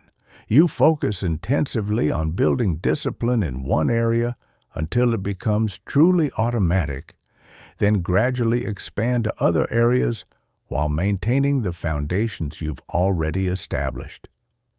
This sequential approach works because it allows you to build what psychologists call regulatory strength, your overall capacity for self-control and disciplined behavior. Each area where you develop genuine discipline increases your total capacity for managing challenging behaviors in other domains. But this only works if you allow sufficient time for each behavior to become automatic before adding new challenges. Trying to rush the process by adding new commitments before previous ones are solid undermines everything. The key to choosing where to focus first is identifying your keystone discipline, the area where improved discipline will have the greatest positive ripple effect across other aspects of your life. For many people, this is physical health. Improved fitness and nutrition directly enhance energy levels, mood, cognitive function, and sleep quality, all of which make discipline easier in every other area. When you feel physically strong and energized, everything else becomes more manageable. For others, the keystone might be sleep optimization. Quality rest is foundational to literally everything else. When you're well rested, you have more willpower, better decision-making, stronger emotional regulation, and higher motivation. Poor sleep undermines discipline in every domain. For some, it might be time management or focused work habits. Professional success provides resources, confidence, and stability that support improvement in other areas. When your career is thriving, you have more bandwidth for health, relationships, and personal growth. Choose the area where you have both strong motivation and reasonable confidence in your ability to make meaningful progress within a few months. You want your first discipline area to become a source of pride and momentum rather than frustration and self-doubt. Once your keystone discipline has become truly automatic, typically requiring 3 to 6 months of consistent practice, you can begin expanding to a second area. But this expansion requires careful integration rather than simply stacking new behaviors on top of existing ones. The most effective integration strategy is finding natural connection points between your established discipline and your new target area. These connection points create synergistic relationships where each behavior supports and reinforces the others rather than competing for psychological resources. If you've mastered morning exercise, you might integrate nutritional discipline by focusing specifically on post-workout nutrition. The workout becomes the natural cue for healthy eating. The two disciplines become linked in a way that makes both feel more automatic. If you've established focused work habits, you might integrate learning disciplines by dedicating specific work sessions to skill development.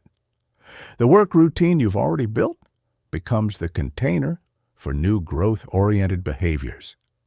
These connection points create what I call discipline ecosystems, integrated systems where multiple behaviors support and enhance each other in mutually reinforcing cycles. In a well-designed ecosystem, each element makes the others easier and more rewarding rather than creating additional burden. A simple ecosystem might look like this. Morning exercise boosts energy for focused work. Focused work provides a sense of accomplishment that supports healthy eating choices. Healthy eating improves sleep quality. Better sleep makes morning exercise feel easier and more enjoyable. Each element feeds into and strengthens the others. Another crucial element of successful scaling is resource allocation. Understanding how different types of discipline draw on different psychological resources and arranging your schedule to minimize conflicts between demanding activities. Activities requiring high levels of cognitive control, creative thinking, or complex decision-making should be scheduled during peak energy hours and separated from each other by recovery periods. Activities that have become more automatic can be scheduled during lower energy times or even combined with other activities. If focused work requires your peak mental energy, schedule it during your most alert hours and avoid scheduling other cognitively demanding activities immediately before or after. If exercise has become automatic, it can happen during lower energy periods and might actually boost your energy for other activities. I learned this the hard way. I used to schedule important client calls right after intense morning workouts.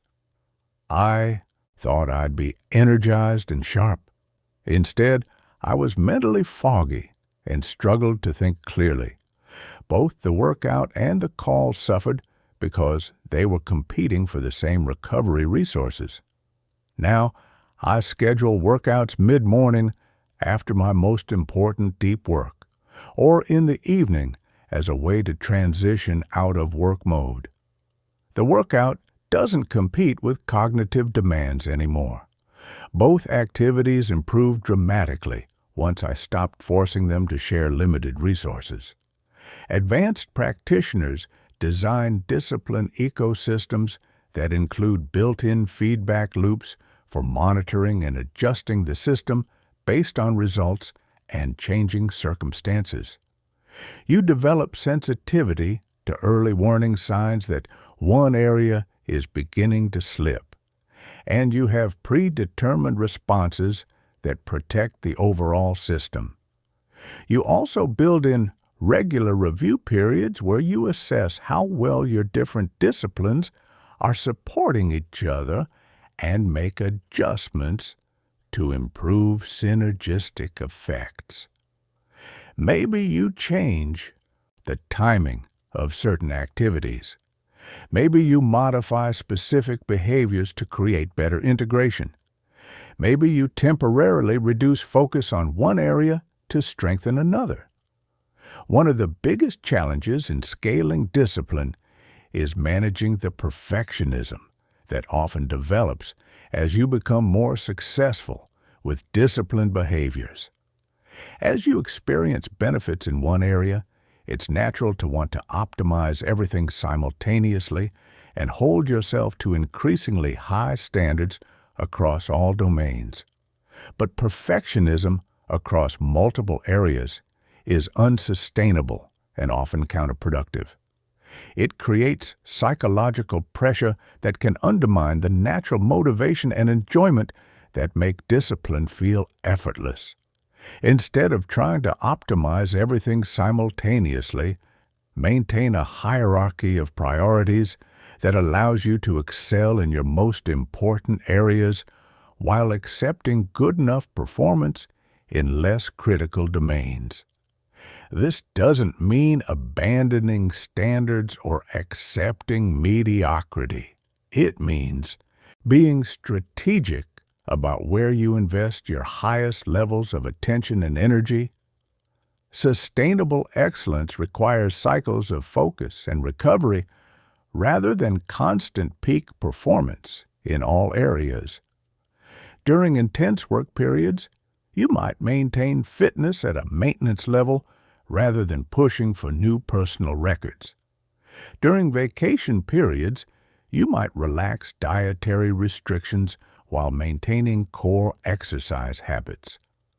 During family-focused seasons, you might scale back professional ambitions while staying consistent with fundamental work disciplines. The ultimate goal of scaling discipline is developing integrated mastery, a state where disciplined behaviors across multiple life domains feel natural, automatic, and mutually supportive. When you achieve this integration, discipline stops feeling like a collection of separate behaviors and becomes a unified way of being that expresses your deepest values. People with integrated mastery don't think about discipline as something they do. They experience it as something they are. Their various disciplines feel as natural and effortless as breathing.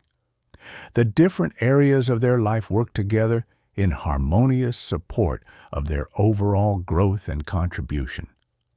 This level of integration takes years to develop fully, but the journey itself is incredibly rewarding. Each step toward greater integration makes your entire life feel more aligned, purposeful, and sustainable.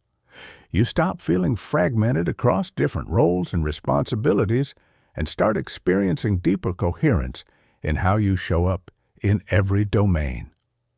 Chapter 11. The Long Game, Sustaining Excellence. Across decades, building discipline that lasts for weeks or months requires one set of skills.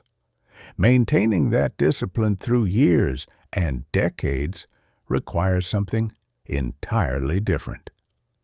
The strategies that work for establishing new habits aren't the same strategies needed to sustain those habits through major life transitions, changing circumstances, and evolving personal priorities. Most people assume that once a behavior becomes automatic, it will continue indefinitely without conscious attention. But psychology doesn't work that way. Even deeply ingrained habits can decay over time if they're not actively maintained and periodically renewed through conscious practice and recommitment.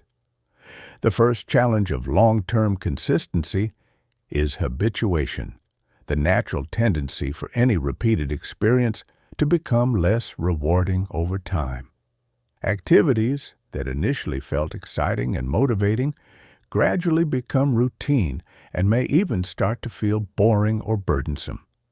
This happens because your brain's reward system is designed to notice novelty and change rather than consistency and predictability.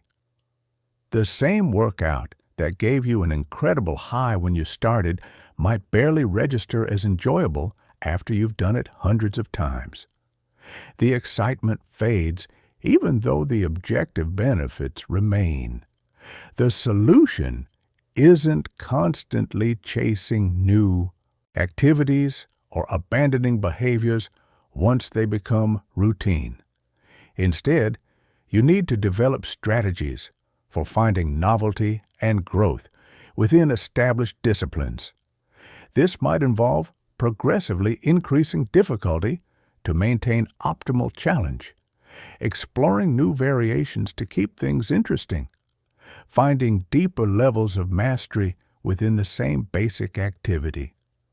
The key is maintaining what researchers call optimal challenge, keeping your disciplines at the edge of your current capabilities so they continue providing opportunities for growth and learning.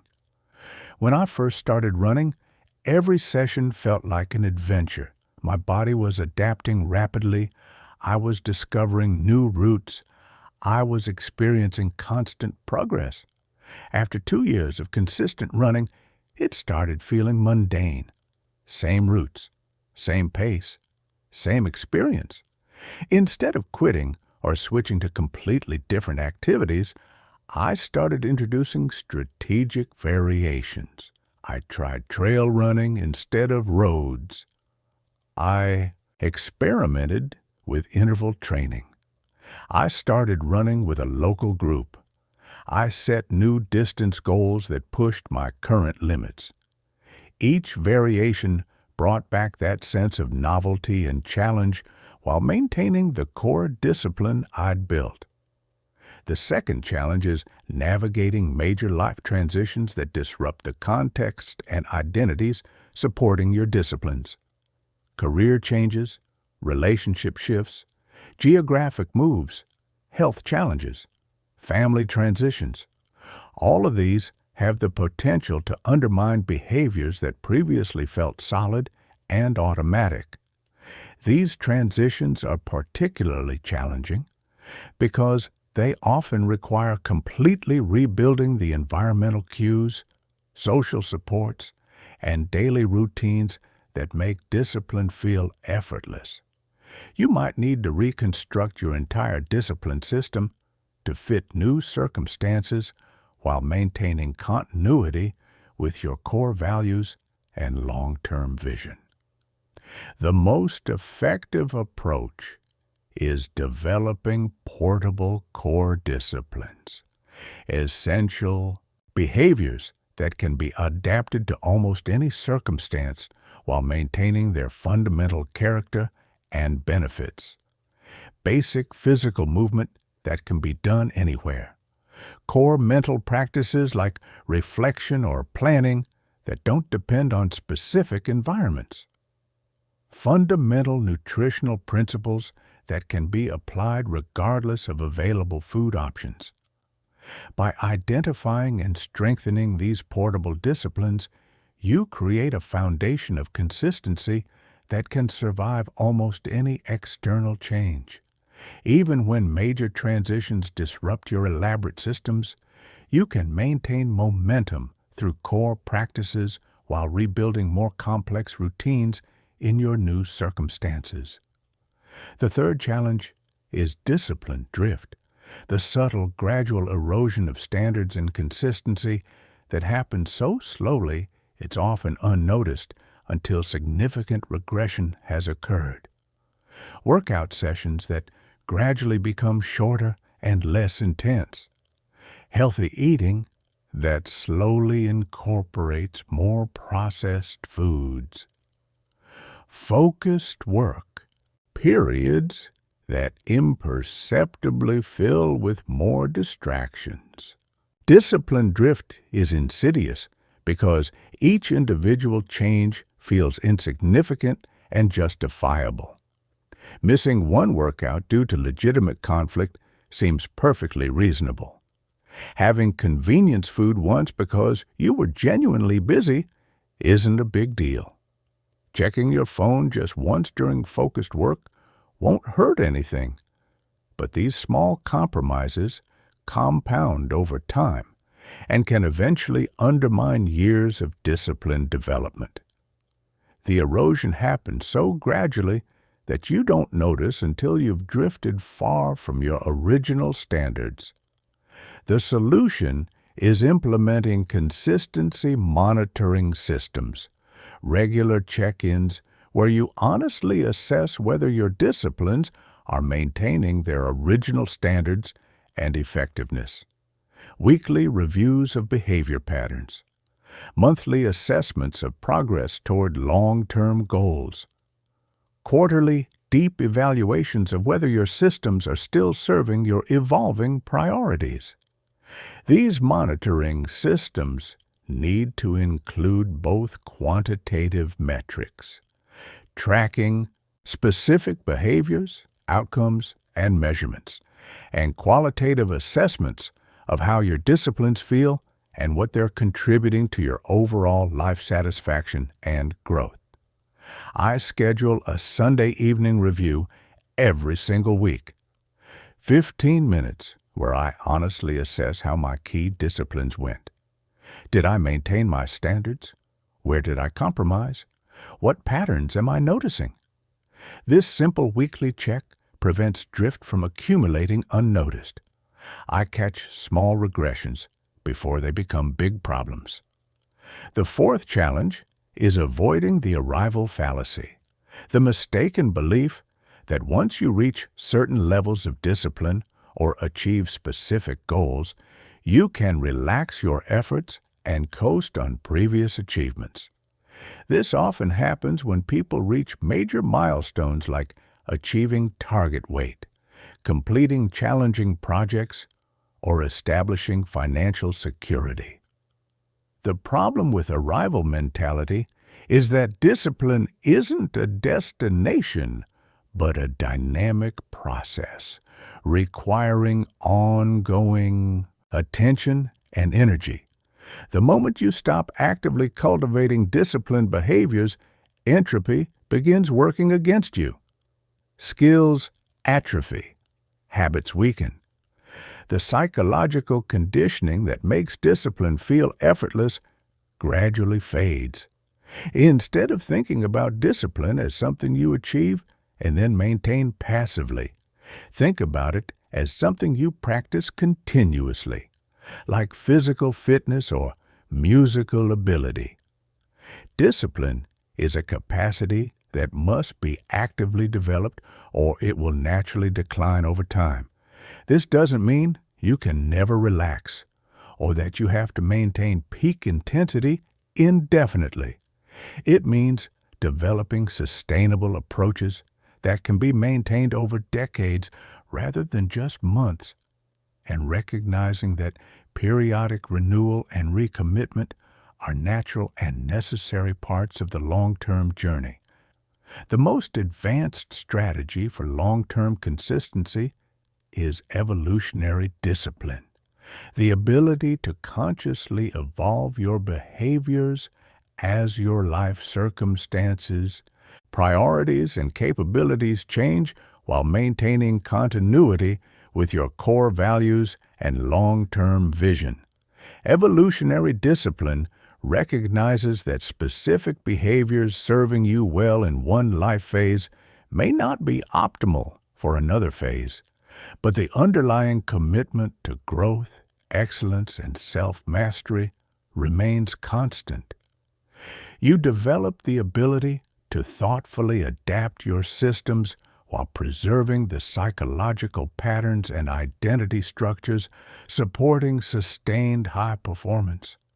This might mean transitioning from intense individual athletic training to family-oriented physical activities as your life circumstances change, evolving from aggressive career advancement to mentorship and contribution as your professional priorities mature, shifting from acquisition-focused disciplines to legacy-focused disciplines as your values and time horizons extend. The key is making these transitions consciously and intentionally rather than allowing them to happen through drift or default. You actively choose how to evolve your behaviors based on your changing understanding of what matters most and what will serve your highest potential in each life phase. People who master evolutionary discipline maintain remarkable consistency in their commitment to growth and excellence while continuously adapting the specific expressions of that commitment to serve their evolving circumstances and aspirations. They avoid both the rigidity that leads to broken systems and the drift that leads to diminished standards. Chapter 12. Mental Mastery. The discipline that makes all other disciplines easier. While most people focus on disciplining their actions and behaviors, the most profound transformations come from disciplining your thinking patterns. Mental discipline, the ability to consciously direct your attention, choose your thoughts, and maintain focus despite distractions, is the master skill that enhances every other area of your life. Your thoughts directly influence your emotions. Your emotions drive your decisions. Your decisions create your results. When you develop genuine discipline over your thinking patterns, you gain influence over every aspect of your experience and every outcome you create. Most people have very little conscious control over their thinking. They allow their minds to wander randomly, react automatically to whatever thoughts arise, and accept whatever emotional states result from their undisciplined mental habits.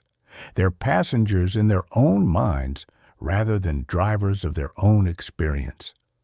But your mind is far more controllable than most people realize.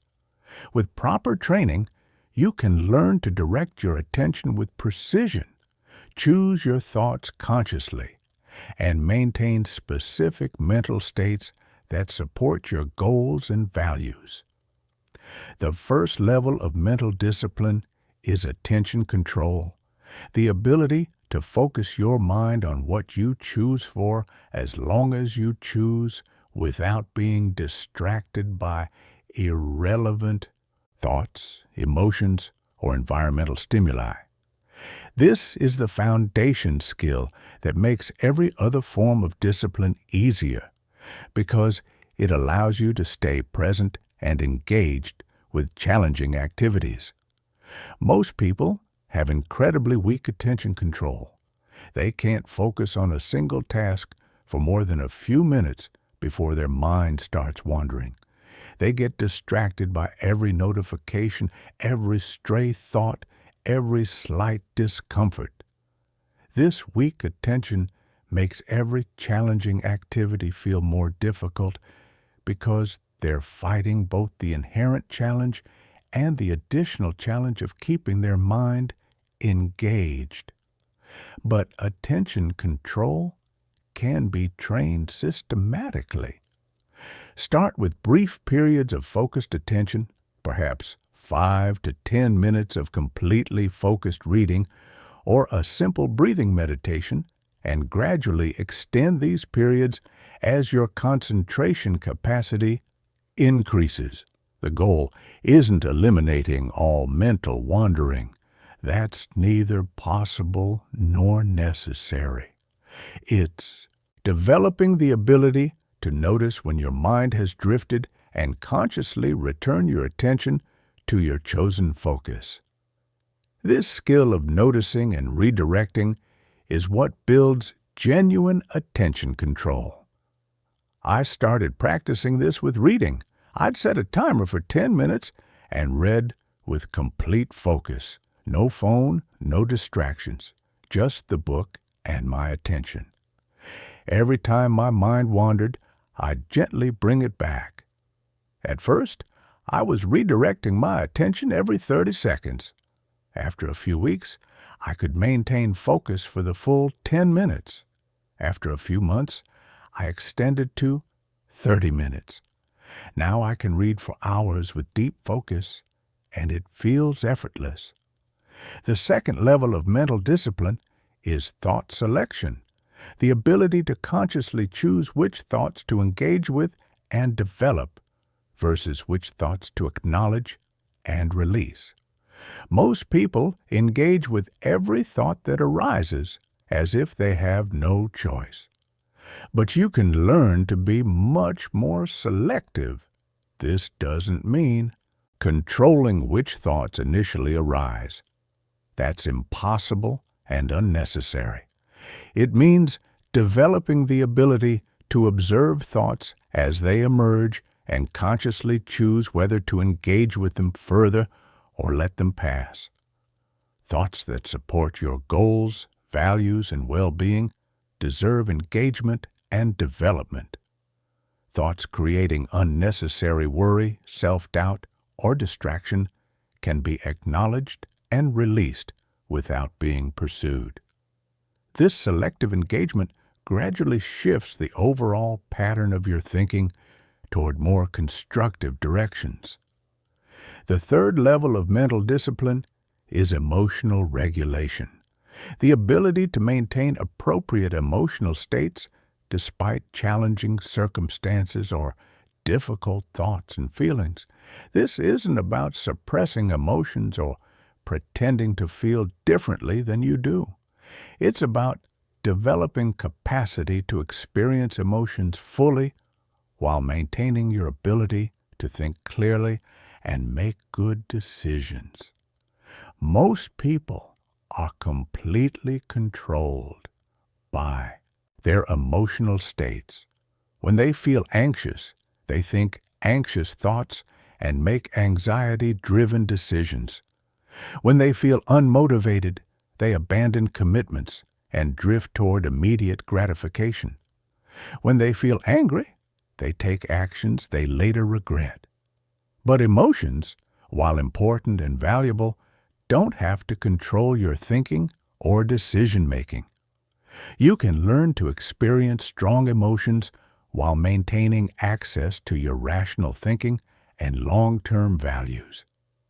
This emotional regulation is what allows disciplined people to do what needs to be done regardless of how they feel at the moment. The fourth level is perspective control, the ability to consciously choose how you interpret events, circumstances, and challenges. Most people react to situations based on automatic interpretations that may not be accurate or helpful. But you can train yourself to actively choose more empowering perspectives. Instead of automatically assuming the worst when facing challenges, you can consciously look for opportunities, lessons, or growth possibilities within difficult circumstances.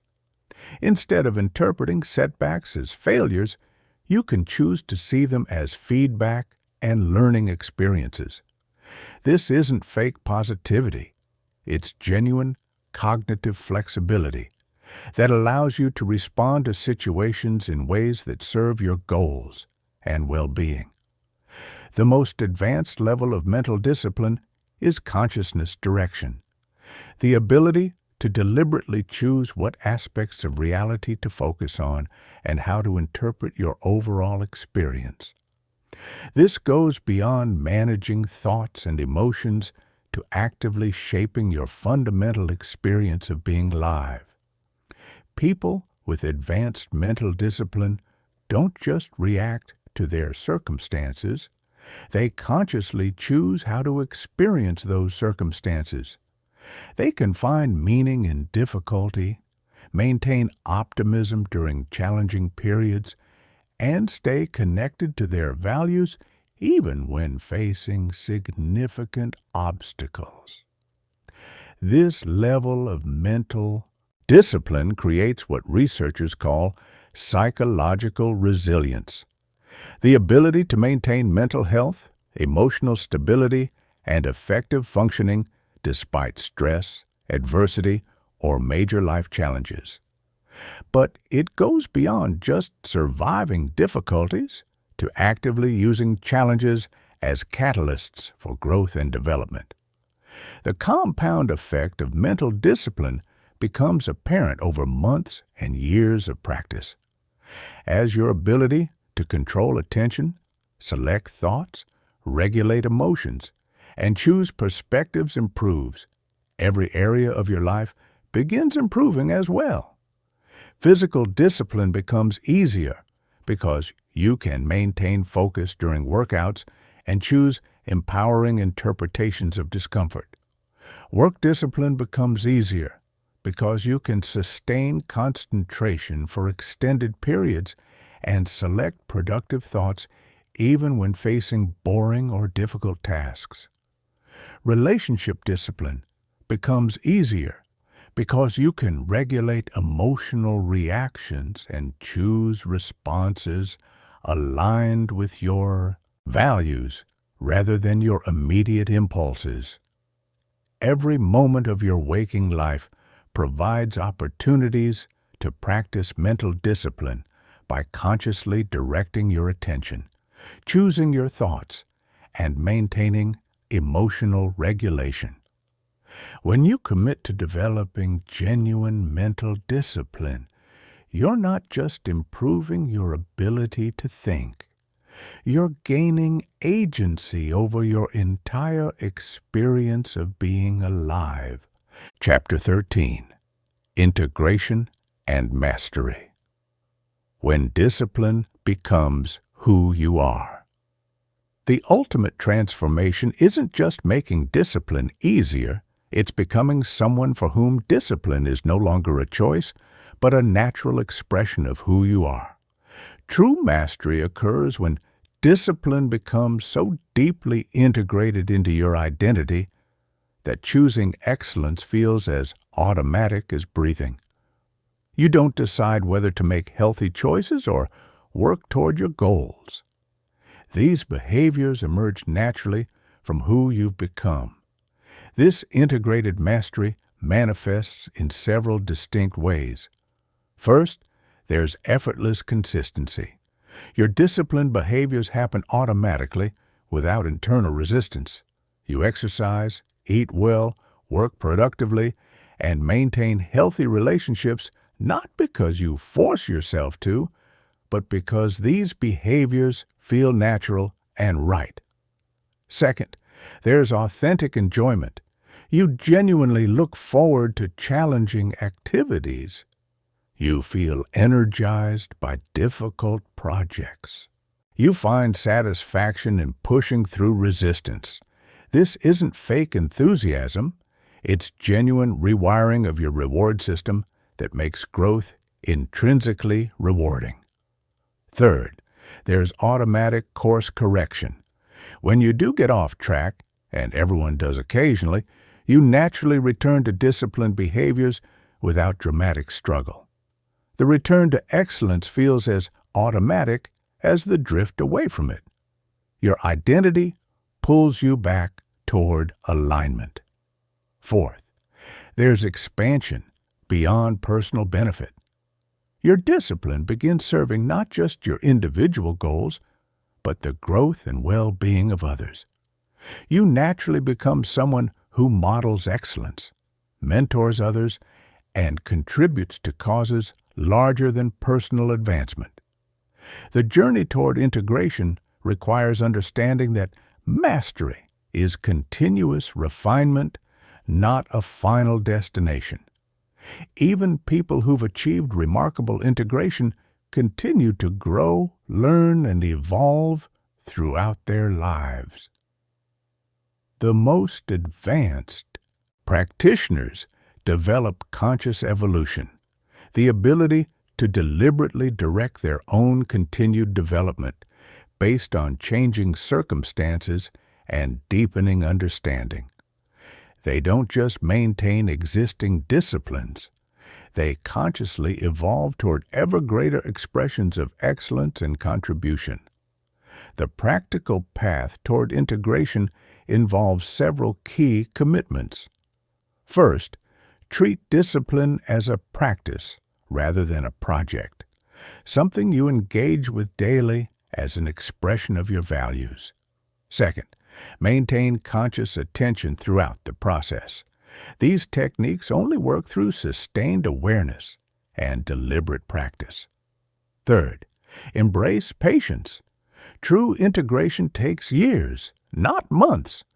Those who achieve lasting mastery maintain consistent effort over long periods without needing immediate rewards. Fourth, practice authentic self-honesty about your progress and areas for continued development. Finally, share your growth with others. True mastery isn't a private achievement, but a contribution to collective human potential for excellence. When you make these commitments and sustain them over time, you discover that discipline isn't about forcing yourself to do things you don't want to do. It's about becoming someone who naturally wants to do things that create excellence, growth, and contribution. Conclusion: the truth about discipline. Here's what nobody tells you when you're starting this journey. The struggle doesn't last forever, but the transformation does. Everything you've learned in this material comes down to one simple truth. Discipline has nothing to do with willpower and everything to do with conditioning. Your brain is programmable. The same neural circuitry that makes you crave comfort can be rewired to make you crave challenge. The same reward system that pulls you toward distraction can be retrained to pull you toward growth. You don't need to become a different person. You need to become a different version of yourself. One whose automatic responses align with your highest goals instead of your lowest impulses. This happens through strategic conditioning of your brain's natural systems, through conscious attention to immediate rewards, through deliberate association between challenging activities and positive feelings, through systematic environmental design that makes good choices obvious and bad choices inconvenient, through identity-based transformation that aligns your behaviors with your deepest values. The beautiful part is that once this conditioning takes hold, discipline stops feeling like discipline. It feels like freedom. Freedom from the constant internal battle between who you are and who you want to be. Freedom from relying on motivation that comes and goes. Freedom from the exhausting cycle of starting strong and falling apart. You become someone who naturally chooses hard things because hard things feel rewarding. Someone who genuinely enjoys the process of growth. Someone whose brain has been trained to crave the exact activities that lead to excellence. This isn't about having more willpower. It's about needing less willpower. It's about making your psychology work for you instead of constantly fighting against it. The question isn't whether you're capable of this transformation. You absolutely are. Your brain has the same plasticity, the same reward systems, the same capacity for conditioning as anyone who's ever achieved remarkable discipline. The only question is whether you're willing to stop trying to force yourself through life and start training yourself instead. Whether you're ready to work with your brain's design rather than against it. Whether you're committed to building systems that make discipline feel effortless rather than relying on bursts of motivation that inevitably fade. Everything changes when you understand that you're not broken. You're not weak. You're not lacking some magical quality that disciplined people possess. You're simply using the wrong strategy. Start small. Choose one minimum viable commitment. Focus on immediate rewards. Build positive associations. Design your environment. Shift your identity. Create momentum through consistency. And watch as your brain begins to transform challenging activities from things you resist into things you crave. The journey from forced discipline to automatic discipline is one of the most powerful transformations a human being can undergo. It's the difference between constantly fighting yourself and having your own psychology work in service of your highest potential. When you achieve this transformation, discipline stops being something you do and becomes something you are. And that changes absolutely everything.